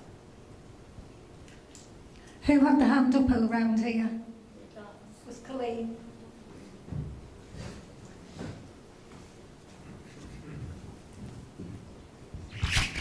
All right. So I'm just curious. Let's say we're in a position where managers really take this into account and really think of this and try to not let actors to use methods. No, you refer to them as like method actors. Do their thing. Wouldn't that just like, let's say everybody does it and it's like really structured and there's a system in place that actually works and people are aware of it and everything. Isn't there a possibility that what she asked before, that the creative power is just like reduced totally, and then you have the possibility to not let the art like evolve and growth somehow? I think rather than what I'm trying to say is not that you have to completely take it away, but I think there doesn't seem to be something in place on sets for if something goes too far, or if to negate anything negative that will happen. So rather than being like, I'm not going to let you do anything, it's more having something in place of being like, if something happens to you, we know what we're going to do. And we know that this is what is in place. And I just think there needs to be more systems in place to be like, if something goes wrong, if it delays filming, if it affects the production in any way, that there's a policy and system in place to negate those negative effects. Yeah, but arguably, these performances that you referenced in the presentation could have never happened at all, and like the film community and the acting community and the scene wouldn't have that never. So, yeah. I mean, I understand where you come from, but at the same time, like I said, I'm not saying stop them doing it completely. I'm just making sure that there's something in place to fall back on if something. Yeah. Sorry, go on. I didn't want to No, interrupt. it's just that it's not trying to take away from the creativity and the processes that actors do. It's just saying we need something in place in case something goes wrong. We need something that someone can go to. Doesn't mean there's someone going to be on set being like, oh no, tick box that, can't do that. No, it's just saying that if something then goes wrong, or if someone's feeling like, oh, this might be taking it too far, there's somewhere to go, there's someone to go to that can just be like, well, maybe we can tweak it slightly in this way so that it's less endangering to them, the actors themselves, and other people. Yeah. Right, thank you very much.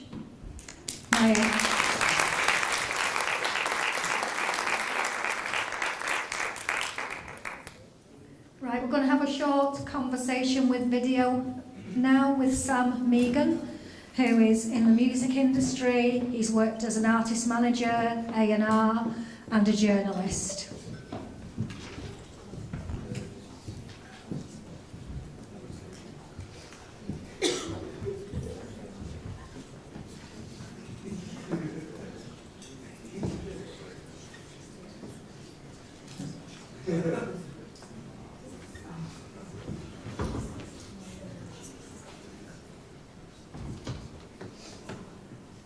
That was nothing to say anyway, like flying to Japan, doing that stuff, that was quite fun. Yeah. Definitely Japan. Yeah.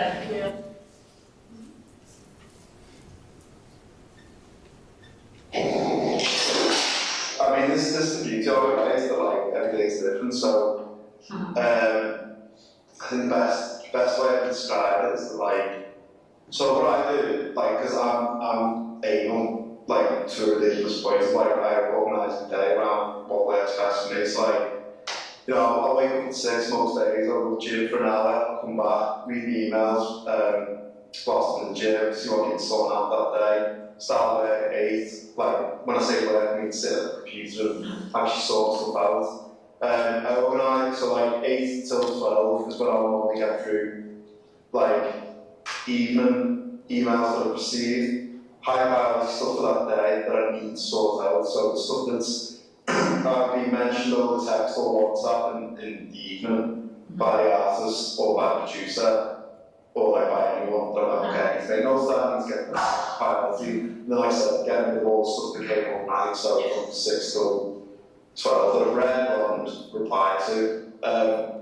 And then take a nice hour-long lunch break. That's what you need to do. I listen to Talk Sport while I'm eating my soup, and then finish that, go back to the emails.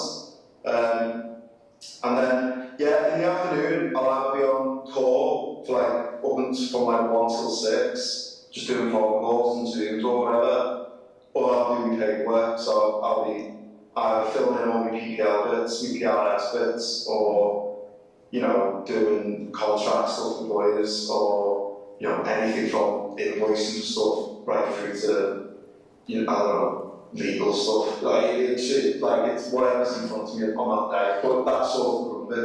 And then in the evening, I just watch football for time, you know, eat dinner. I like cooking, that helps me be stressed as well. So I was in the club. I was in the club, which is amazing. But yeah, so that's like day in life.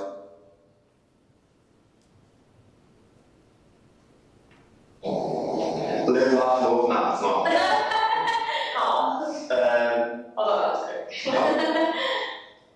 I don't know, let me think. Bloody hell again. That's what I use. You go to take for.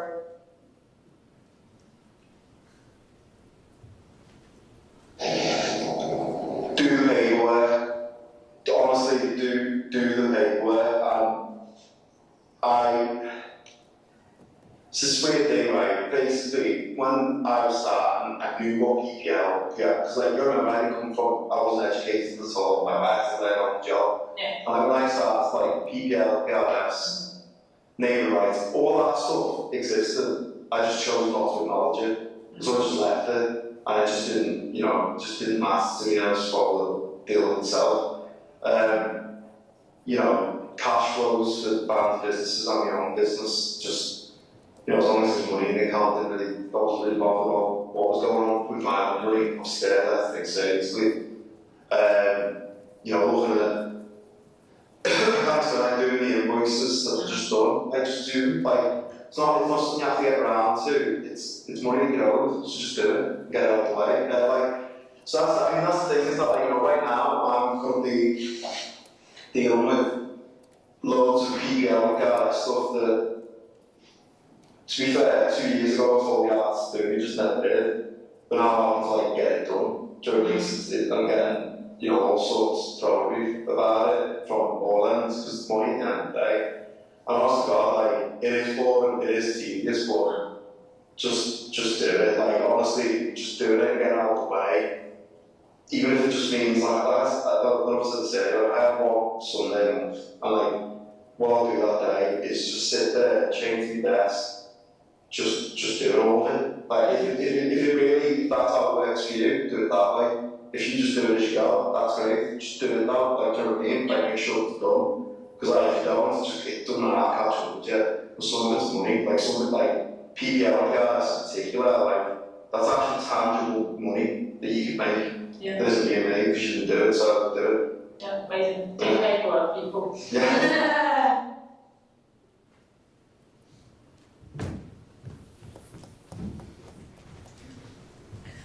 Right, time for our last break. Can you please be back at about 23 minutes past, because we're going to start promptly at 25 past with Sam. Okay, thank you.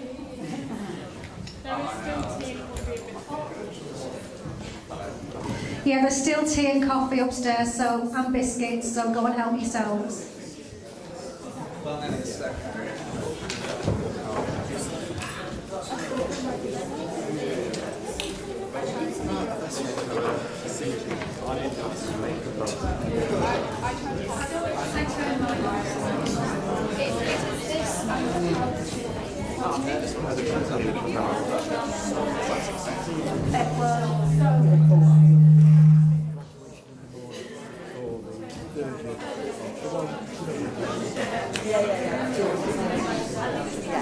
I'll see you there.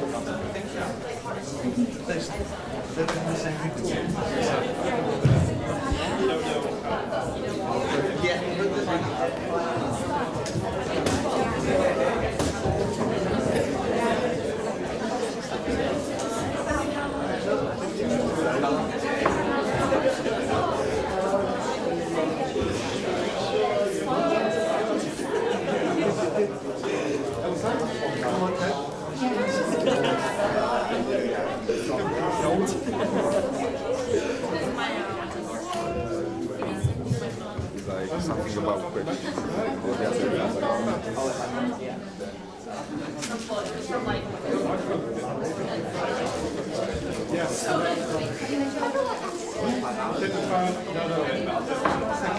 No, I'm the hell one. I'm the one that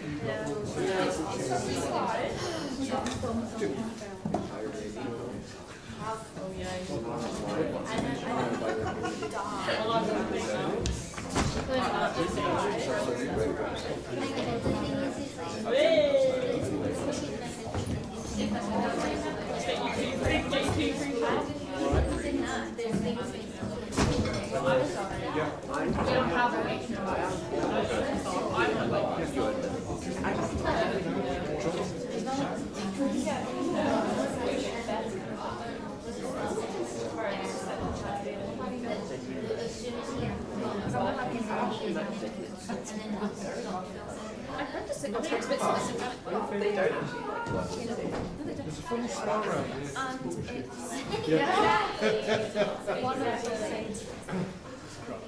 You're saying that we're not a favourite year. Why? Why aren't we a favourite year? Excuse me, Mandy and Olivia.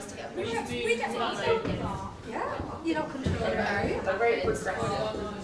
Even if that stuff in America happens, What? basically, and you just sign up like online. It will be the feedback tonight that they have.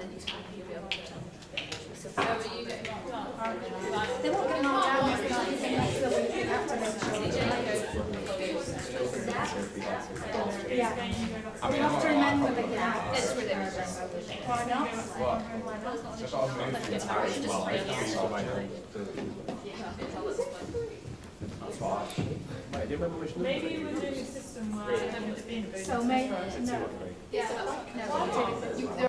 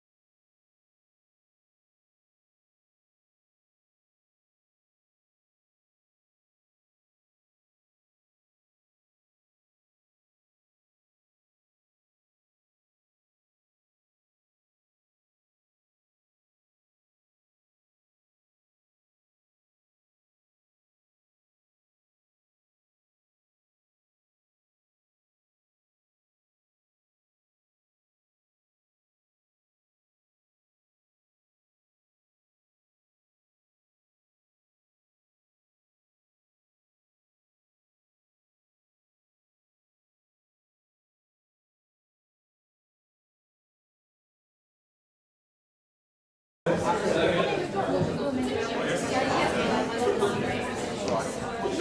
had music, but I was very much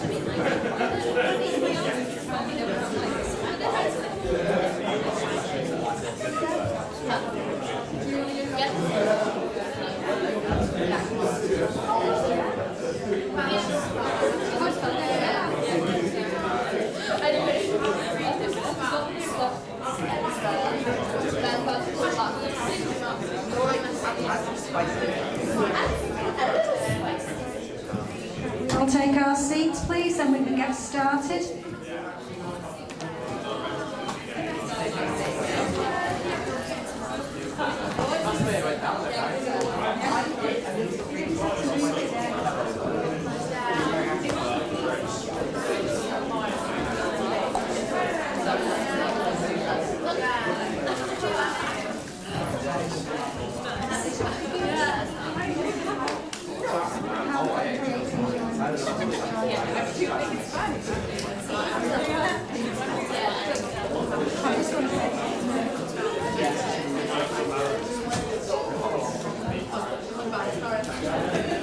Right, okay. I'd like to introduce you to Sam Clowes. Some of you may know him, but probably not many of you. He's going to be looking into an insight into unprofessional practice in the entertainment management. Thank you very much. Right, so yes, I'm Sam. If some of you may know me, if you do, then lovely to see you again, and I'm sorry if you've lost any bets of me actually turning up. For those of you I don't know, it's lovely to see you. I'm going to be touching on, and the presentation that we just had actually was sort of great to follow on from, because we're going to be talking about mental health sort of within entertainment roles. But sort of different entertainment roles than what you might primarily sort of think about initially. So I tried to come up with as witty a title as possible and came up with The Entertainer. How can creating joy make performers so joyless? And that's taking an insight into unprofessional practice in entertainment management. So what I'm primarily going to be talking about today is sort of entertainers and frontline entertainment. Any ideas of what sort of frontline entertainment might be? They all shout at once. That's fine. So frontline entertainment, it's what you typically know as possibly entertainment hosts, entertainment show performers, costume animators, seasonal entertainment casts for things like Halloween, Christmas products, vocalists and musicians. And as opposed to what you typically maybe find in theatre or in film or in ginormous concerts, this is more sort of your typical kind of jobs that people might get. They might not necessarily need to train in it, and you find these in places like holiday resorts, theme parks. You'd find them in midway attractions, so places like, people have heard like the London Dungeons or the London Eye Experience, Cadbury's World, stuff like that. All of these places that offer a sort of entertainment offering, but have actual entertainment built into that in a sort of theatrical capacity as well. So according to Statista, the number of actors, entertainers and presenters that we actually have in the UK for 2021 is actually 48,600, and that's what is currently people that are employed in that area as sort of frontline entertainers, and that is an increase of 20.4% since 2010. And there's just a brief insight video-wise of bits and bobs that you might typically see that you probably don't really realise. Like during Halloween, you'll go to places like, I'm sure people have heard of places like Farmageddon. All these places have such a high turnover in cast and their recruitment. But of course, obviously, like any performer, any entertainer, whether if it's in film, music, all these type of roles, they all need to be managed by people like us. So the research. Where did my research start and what inspired it? So it was inspired primarily by personal experiences from what I have done personally, but also what I have witnessed during my time whilst working in entertainment, which I'll touch on a little further into my presentation. I wanted to investigate with a sort of generic outlook into the effects that poor and mismanagement has on entertainment product, but also the employees.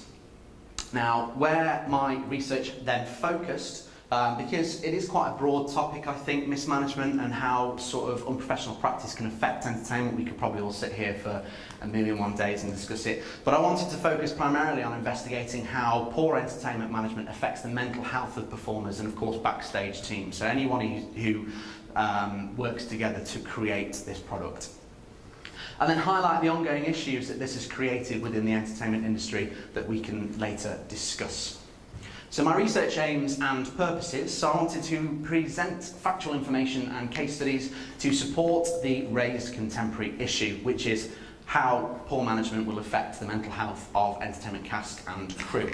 I want to create an awareness of how mismanagement can affect cast and crew. I don't think by the end of this presentation we won't come up with some concrete conclusion as to how we're all going to go out there and save the world for entertainment cast and crew. However, it creates an awareness so that when obviously we all graduate and we go off and we accept these wonderful contracts that's going to be offered out to every single one of you, it's having that conscious thought of what we can do to make sure that we are upholding good management, really. Go back a little bit. And then also to prompt a discussion as to what we as managers can do to prevent and cure the contemporary issue. So, what is mental health? Obviously, mental health is quite it's such a popular topic nowadays compared to what it actually used to be, which is great. And it is something that I believe that obviously people should feel like they want to talk about more. What we're going to look into is a little bit more of how mental health, how poor management can affect people in mental health and what lack of support there might actually be available to entertainment cast performers and even managers who work beneath other managers and have direct reports. So mental health circumscribes emotional, psychological and social well-being, and it influences cognition, perception and behaviour. It also determines how an individual handles stress, interpersonal relationships and decision making. So as I've said, it is fair to say that mental health is much more of a popular topic than it was. Of course, a big issue that we all face across all industries, not necessarily just entertainment, but it does include entertainment quite heavily, including our own personal lives. But how can unprofessional practice be demonstrated by company or entertainment managers, and how does that then affect cast and crew mental health? Well, mental health within the entertainment industry, according to an article written by Pacific Psychotherapy Associates, the entertainment industry is one of the highest pressured industries, whatever your entertainment industry job may be. So that can be actor, writer, director, or below the line entertainment jobs. From art direction to crew, entertainment industry pressure and stress are certain to deeply affect you. Working in entertainment and chronic stress and anxiety one feels is no surprise. It is usually more than a job, it is a lifestyle. I'm sure that a lot of us can probably agree that even studying it does take over your entire life. Obviously a lot of us probably do a lot of entertainment work outside of our degrees. You'll tell that again, it isn't just a job, it is absolutely a lifestyle. So Julie Crosby, the co-founder of Showbizing, said that mental health issues in the entertainment industry are widespread and severe. Studies in the United Kingdom, North America, Australia show the rates for suicide and suicidal thinking, depression, anxiety and substance abuse are significantly higher among entertainment industry professionals than the general population, and those studies were conducted pre-pandemic. So what would we, and this is an open question, so feel free to jump in, but what would we consider as unprofessional practice as managers? Your assumption of what actually might be an unprofessional practice? Any ideas? Bullying. Bullying, yeah, absolutely. Any others? Long working hours. Long working hours, absolutely, yeah. If you're contracted for 40 hours, not 60, it's important. Anything else? Favoritism. Favoritism, absolutely, yeah, of course. All this stuff comes together, but what managers will then demonstrate that will sort of influence all of these bad behaviours. So, for example, lack of knowledge, lack of experience, fail to listen and obtain information, lack of preparation, communication errors, overconfidence, neglect for team welfare and human resources, neglect for the law and micromanagement are some of the direct things that I believe that unprofessional practice can be. How that then impacts a the industry, well then poor management will then have a knock-on effect to poor recruitment and high turnover. So for example, if you are going to have bullying, you're going to have favouritism, widespread, it'll become widespread that this is a problem, rumours travel fast. So that will have a knock-on effect then to your team morale, can then have effect then how we recruit new team members. Of course then if you can't get the team, you can't get the product, simple as that. If you don't have the performers, you don't have the technicians, you don't have whatever you need to be able to establish your entertainment product, you're going to have a poor product, which ultimately then is going to lead with dissatisfied audiences, but of course they're the ones who are paying the money, they're the ones that are going to be supporting our business. That's going to have a knock-on effect then as a lack of income, which will then knock on to redundancies, budget cuts, lack of jobs and poor wages. I'm sure a lot of us, whilst we've been probably during younger times trying to take on contracts, we've probably worked for businesses that want all of this amazing Disney style product, they want to pay Blackpool prices.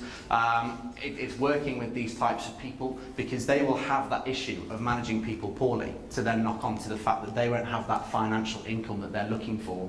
It all has knock-on effects then to having bad budgets, where they're spending their money incorrectly, which can then bother you also as your performer.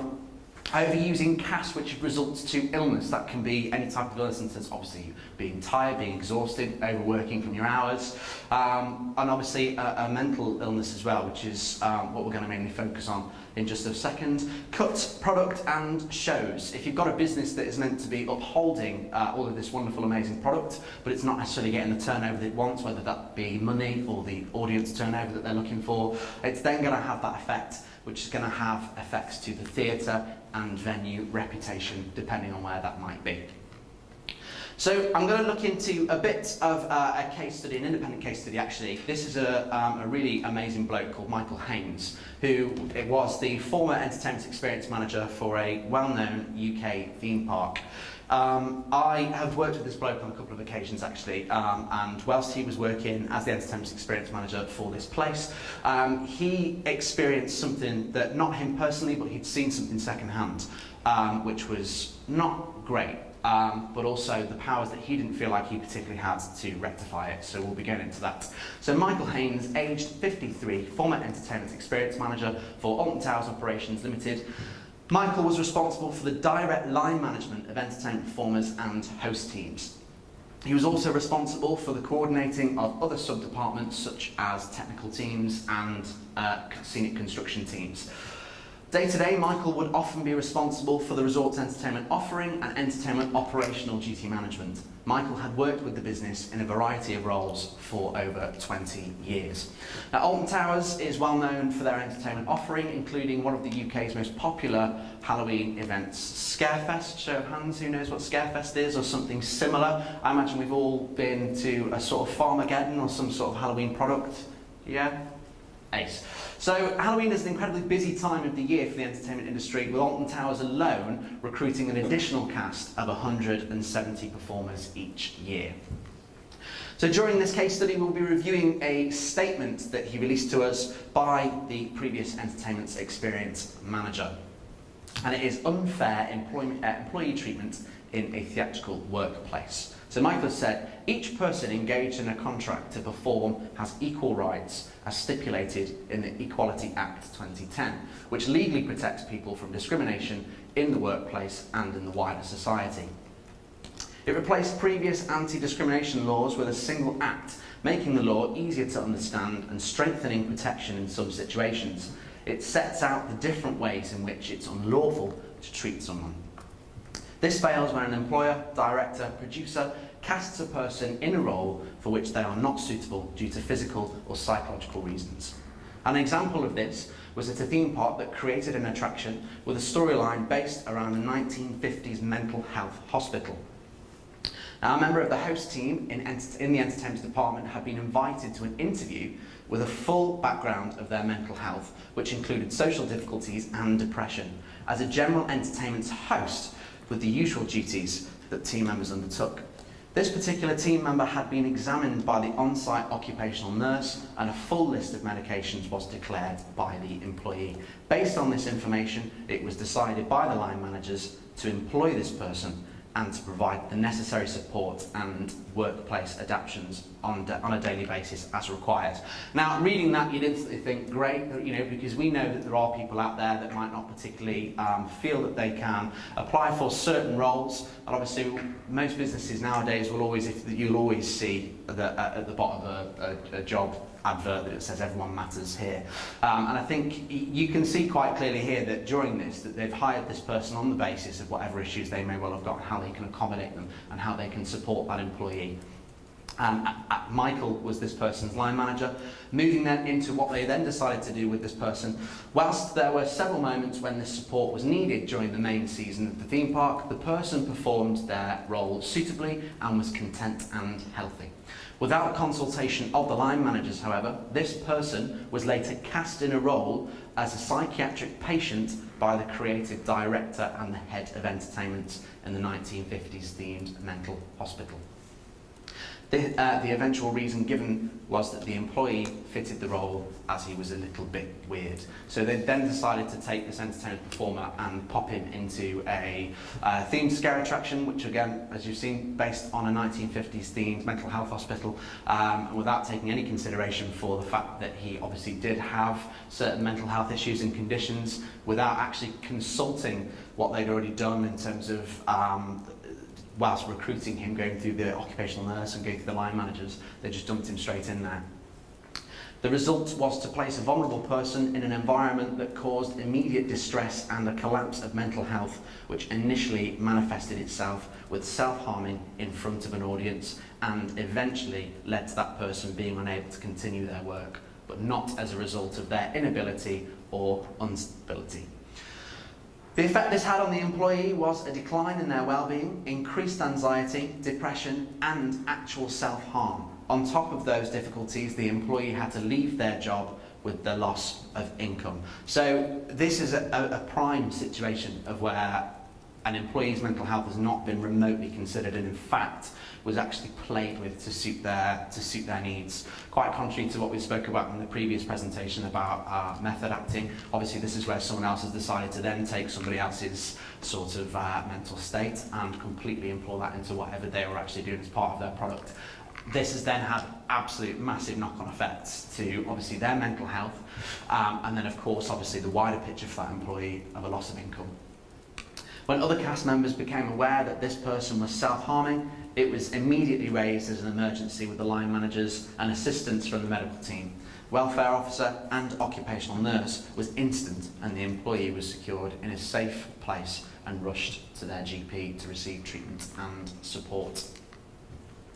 From a business perspective, this was an irresponsible act by the entertainment's management and resulted in the following: harm to an employee, negligence, breach of contract, breach of the Equity Act, loss of employee, recasting, trauma for the audience members, cost of a replacement with consideration for training, costume and uniform, recruitment and onboarding, investigation with human resources, exposure to criminal prosecution, exposure to the company being sued. This happened due to bad management and a slight regard for the welfare, which generally present in overall theme park management in the UK. So it's it's a bit of a grim topic. You probably, when you go to these places, you probably wouldn't realise. You know, if you go to a Halloween attraction and people have got chainsaws and they're covered in whatever and it looks like they're about to murder you, you don't actually take a second to actually sit back and think that these are probably people who are on quite a low income. They're hired as part of a massive turnover of performers. But how much neglect do these people get in terms of actually finding out, you know, are these people suitable to be working within these spaces? And if you then discover that they're not, what actions are then actually taken by entertainment managers to ensure that they are protecting that person, the people around them, including guests and other team members? This happened due to bad management and a slight regard for welfare, which generally represented theme park management in the UK. As the marketplace for recruitment for the theme park is set at a low bar through the use of minimum wage, employees tend to be an untrained, unprofessional background, which is exploited through a poor casting technique, which is devised to find sufficient cast at a low cost. The result is exploitation due to a lack of consideration through managers who are themselves genuinely untrained and inexperienced, and the financial limitations forced onto them by a company that is focused on profit and customer satisfaction percentages. There is currently no official body that monitors the recruitment and welfare of performers in the theme park industry. It falls under ACAS advice and whatever support that can be provided by equity if the individual is a member. Contracts invariably fail to be of equity standards, and with no representation, the exploitation of performers continues. The solution is recruit professionals, embrace a robust diversity programme, abide by the law, encourage good performance management, train managers, provide full support, regularly inspect personnel management, engage and identify a company manager within the cast, maintain health and safety standards, regularly engage with the individual cast member with a job chat to ensure that all is satisfactory. And that was a statement by Michael Haynes this year. Michael often referred to a toxic management team that's begun to infiltrate the entertainment department, a group of mates who looked to push out the older management team, including Michael himself. He went on to say that poor management caused by over-promoting several individuals in a large entertainment company resulted in the eventual redundancy of an entire performance and operational management team. This took place over 2 years and caused widespread negative mental health and financial issues to the people involved, and is still unresolved. This could have been avoided by recruiting a professional, experienced head of department by not allowing personal interests to affect recruitment. The detrimental effect that this poor management cost the business financially and ruined the careers of several individuals. This took place 4 years ago, and the head of entertainment still takes place in making the same poor decisions. And that was a statement made by Michael Haynes in 2019 in a previous discussion that we'd had a few years ago. Unfortunately, in 2015, Michael was later made redundant during a company-wide cutback after facing a considerable loss as a result of a major incident concerning on one of their attractions. The new management team had survived the round of redundancies, and the entire department was restructured to accommodate said managers. So this is quite a broad topic. However, you'll actually tend to find that discussing stuff like this is quite, it's not discussed very often, but you'll find that it's quite a common issue. There was another case study that I was looking to go into, but this one was so broad it would have taken up too much time. But you'll find that there are so many instances of where people will discuss situations of constructive dismissal or redundancies or mismanagement, which is either meant that they leave or that they see these issues onto other people that they feel like they cannot raise. And Michael had stressed to me actually that during this time with the issue that they previously had, after the incident with said performer who was cast within the 1950s mental health hospital, that unfortunately the way the system then worked is that if that situation had been raised as a complaint, it would have just been brushed off, which makes it entirely corrupt. So aside from this, I wanted to make sure then that I would engage with performers who have previously worked as a frontline entertainer or still work as a frontline entertainer and ask them how the effect of unprofessional practice in entertainment management has then affected them. So within the last month I've conducted said survey. The survey was completed by a number of candidates who have worked both within entertainment industries and varied roles. So that's also people who might have been not necessarily just actors or entertainers, but singers and presenters, but also managers as well. And I asked the following questions. So my first question was, have you ever suffered stress, anxiety, depression due to a work-related incident whilst working within the entertainment industry? Does anyone have any idea what percentage of people said yes? At a guess. 89. 89, oh, not bad. Any others? 90% of people said that they had suffered stress, anxiety, depression due to a work-related incident that had occurred whilst working within the entertainment industry. I then asked, how much do you agree to the following statement? The unprofessional practice / mismanagement demonstrated by my entertainment line managers had negatively impacted my work-related stress, anxiety, or depression. Any ideas of how many people agreed to that strongly? To guess? 65%. Close. 70% strongly agreed, with 20% agreeing and 10% saying neither agree nor disagree. Have you ever experienced or been at risk of / suffered from the following whilst working within the entertainment industry? And this one's quite a whopping one. I'm not sure if you can see them all on there, but this was what we mentioned sort of towards the beginning. I put on a couple of different options on there of what people could then select. So we had 60% of people saying that they felt that they experienced bullying, 70% neglect, 10% persecution, so that could be racism, ageism, homophobia. Human resource malpractice, 30%, and depression at 70%, anxiety at 90%, stress at 90%, physical harm at 10%, blackmail at 10%, threatening behaviour at 30%, unfair dismissal at 10%, along with forced to resign, unlawful disciplinary and other, and the other person had written that it was a constructive dismissal that they were the victim of whilst being in work. How much do you agree with the following statement? I felt comfortable to raise an issue or concern to my entertainment line manager without worry or persecution. So 10% agreed, however 30% disagreed and 60% strongly disagreed that they felt comfortable that they could raise a concern or an issue to their entertainment line manager, which is quite a horrible thing to think that there's a lot of people that might be in work who are uncomfortable in their workspace and don't feel like they can raise that issue with their line manager. How much do you feel that you agree with the following statement? I feel that my entertainment line manager will / did listen to my worries and concerns and supported my development in work. Again, 10% had agreed, 30% neither agreed nor disagreed, and 60% strongly agreed that their line manager wouldn't listen. And they weren't too interested in their development within work. So my take on this, from a personal perspective, is I tend to find, I kind of love this saying quite a lot actually, prevention is better than cure.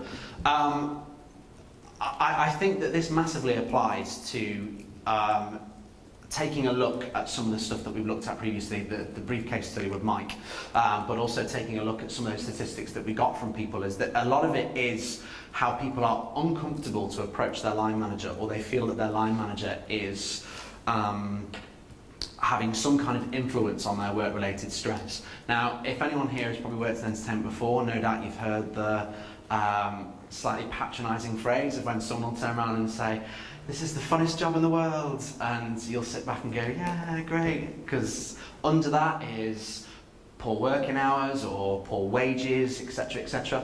I think it's not really a solution to what these issues are, and the point of this presentation and what I want to highlight in this, which I think is incredibly important for aspiring managers, is that to prevent an issue that will then break out into possibly something quite fatal or very damaging for an individual on their personal welfare, to prevent that situation is much better than then trying to cure it. However, obviously you may well then begin to work within a team where, for example, team morale is already poor, which we'll go on to discuss. What can we do as managers to prevent this contemporary issue? Any ideas? So I'll jump at once. Better training, yeah, I think that was my first one. Attend relevant training, yeah, absolutely. The business that I currently work for at the moment, so I'm currently it's a really fancy job title I actually don't understand, to be honest. Designate Entertainment Manager for a company called Away Resorts. And Away Resorts are a UK-based holiday resort company. They are evolving rapidly, and like most businesses, they will always have this wonderful thing of we put our team first, but it's all well and good putting that in a slogan until you then get into work, and before you know it, you've been doing this for 24 hours and you've been paid a packet of peanuts or whatever. Whereas they are running, and probably a lot of businesses are doing this, and I've only heard about this training recently, probably within the last 12 months, there's actually a mental health first aid course, if anyone's heard of it. I've not enrolled into it yet. I'm looking forward to doing so, hopefully within the next couple of months. that for me is a personal thing, to make sure that then when I know that I'm looking after my team of people and when I'm managing my product, that I want to make sure that I have got the necessary training to support my team, but also to support myself, which I think is a very important thing as well. So training, absolutely. Any other ideas? Just like regularly checking in, so like could be like weekly. Anyone think you've read this before? Listen to your team, absolutely. Yeah, absolutely. Check in with your team, conduct one-to-ones, sit people down. Establishing this will show that you care more for your team. And it is very important, because a show of hands, who's worked for a business and they feel like their team didn't care for them or their managers didn't care for them at all? It's such a horrible thing, and yet actually there's nothing realistically built within businesses that actually supports that, because it'll always be written down as, if you've got a problem, go to your line manager. But if you've got a problem with your line manager, who then do you run to? And they'll always have these opportunities of, you can have these Your Voice Counts groups and bits like that. But on the flip side of this, someone actually messaged me the other day whilst I was, a couple of days ago actually, whilst I was conducting some of this research, and I didn't put it in at the time because I didn't think it was very pertinent, but I thought more about it. He responded actually to my survey and said, it's so cool that you're doing this. I feel like nobody ever talks about this side of stuff because people don't want to be labelled as difficult or miss out on future work, yet everyone seems to have had a negative experience that wasn't their fault. So who feels like they've been in a situation before where something's bothering you, but you don't particularly want to say something because it might make you seem awkward or unmanageable, or any kind of experience like that, where they don't feel like they, it's not great. So being able to sit back and listen to your team is incredibly important, and it's worth its weight in gold, because I think as managers, we're responsible. Of course, we don't need to know what people are going home and having for their tea and what they watch before they go to bed. You know, our primary concern is whilst they are in work, but of course we need to make sure then that there can be things outside of work that will then affect how they are in work, which will not only just affect their mental health, but of course it will affect the entertainment product as well, by demonstrating empathy. So any idea what I might mean by that? Demonstrate empathy? Put yourself in their shoes. Absolutely, yeah, put yourself in their shoes. Yeah. One situation that I had to deal with recently actually was, my team actually work 6 days a week, bless them, it's quite heavy, they work quite long hours. Recently there's not been washing facilities. Now some managers could turn around and say, you stink, go to wash, or they might just say, you know, you need to go and wash your clothes. It's not quite that broad. You can't put people in that situation and just say they've got hygiene problems or they've got stuff like that, because as a manager it's important to take a step back and go, rather than them being a problem because they're a little bit whiffy or whatever, you need to take that step back and think to yourself, why is it that they're in this situation? Are they having financial difficulties? Where can we support as a management team? Do they not know how to wash their clothes? I've been in a situation like that before. A poor bloke didn't know how to use his washing machine, so he used to sit and wash them in the shower with a washboard, very old school. But it's stuff like that, so it's being able to be supportive, absolutely, as opposed to sort of persecute people for stuff like that. Whistleblowing, any idea what whistleblowing is? No? Whistleblowing is, and you'll probably hear this in quite a lot of businesses, it'll be a little piece of paper that you'll probably sign as a company policy, but whistleblowing is exactly what it says on the tin. If you have a concern about a person or an organisation that are doing something that is unlawful or maybe even unethical, it's a whistleblowing procedure where you can sort of, and sometimes anonymously, be able to raise these concerns for people to deal with. So it's important that if you work within an organisation that's not very big, which some of you may well do already or may be going off to do, they won't have policies like this in place, whereas if you go off to work for another business possibly that has this sort of stuff, it's very important that people are encouraged to utilise that. It's a very safe way to explain or voice any problems or concerns that you might got. Be true and compliant to the law. Any ideas what I might mean by that? Just do what you're supposed to do. Yeah, and that can fall very much on hours worked, because if I turn around to you and say, right, okay, I want you to work the next 12 hours for me, and it'll start at 5 and finish at 5, but I want you back in work at 9 o'clock the next day, it's unlawful, it's not correct, it's not very good. and people's holidays, stuff like that. You know, you've got to make sure that you're looking after these things. I was recently actually in a case with a tribunal with a previous business that's supported by ACAS, actually, for a company that didn't think that they needed to pay me my holiday pay. It's not correct. Businesses can't waive away statutory laws in a contract just because it's on paper doesn't necessarily always mean that it's completely true. So it's good to know these options. Safeguarding the vulnerable, exactly what it says on the tin. You would have seen this previously, what I've mentioned in that case study, a prime example of where he wasn't safeguarded. That previous entertainer, he wasn't looked after and therefore was placed into a horrible situation. Be kind. This runs deeper than just saying it or tweeting it. And I think that comes down to very basic management. There's no law telling you that you have to be kind, but it's an ethical decision, I believe, and I think it's something that is a very good thing that will inform your management. Take care of your own well-being and mental health in work. If you're not within a good place, you're not going to be able to manage your team in a better place either. So it's important that you also look after that yourselves. And very quickly, resources for managers. If you do ever find that you are managing a team or you're in a situation where you are being managed poorly, these places are amazing, especially the top two, ACAS and Equity. They are the best people to absolutely help you out. If you're not Equity members already, do it because they're amazing people. And ACAS as well really supported me with a recent case, and they're just amazing people. But also the other links as well, they've got some amazing resources on there of how to manage a team with any mental health issues that might show, or also how to manage your own. So, and that's that. Thank you very much. Right, thank you very much, Sam.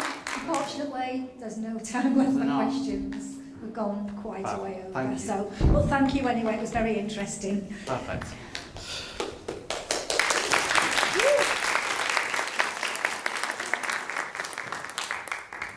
Right, so thank you all for attending today. I think we've had some really good presentations, from mental health to the music industry, to the theatreverse, to method acting.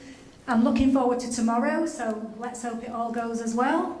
Thank you to the CIM organisation team.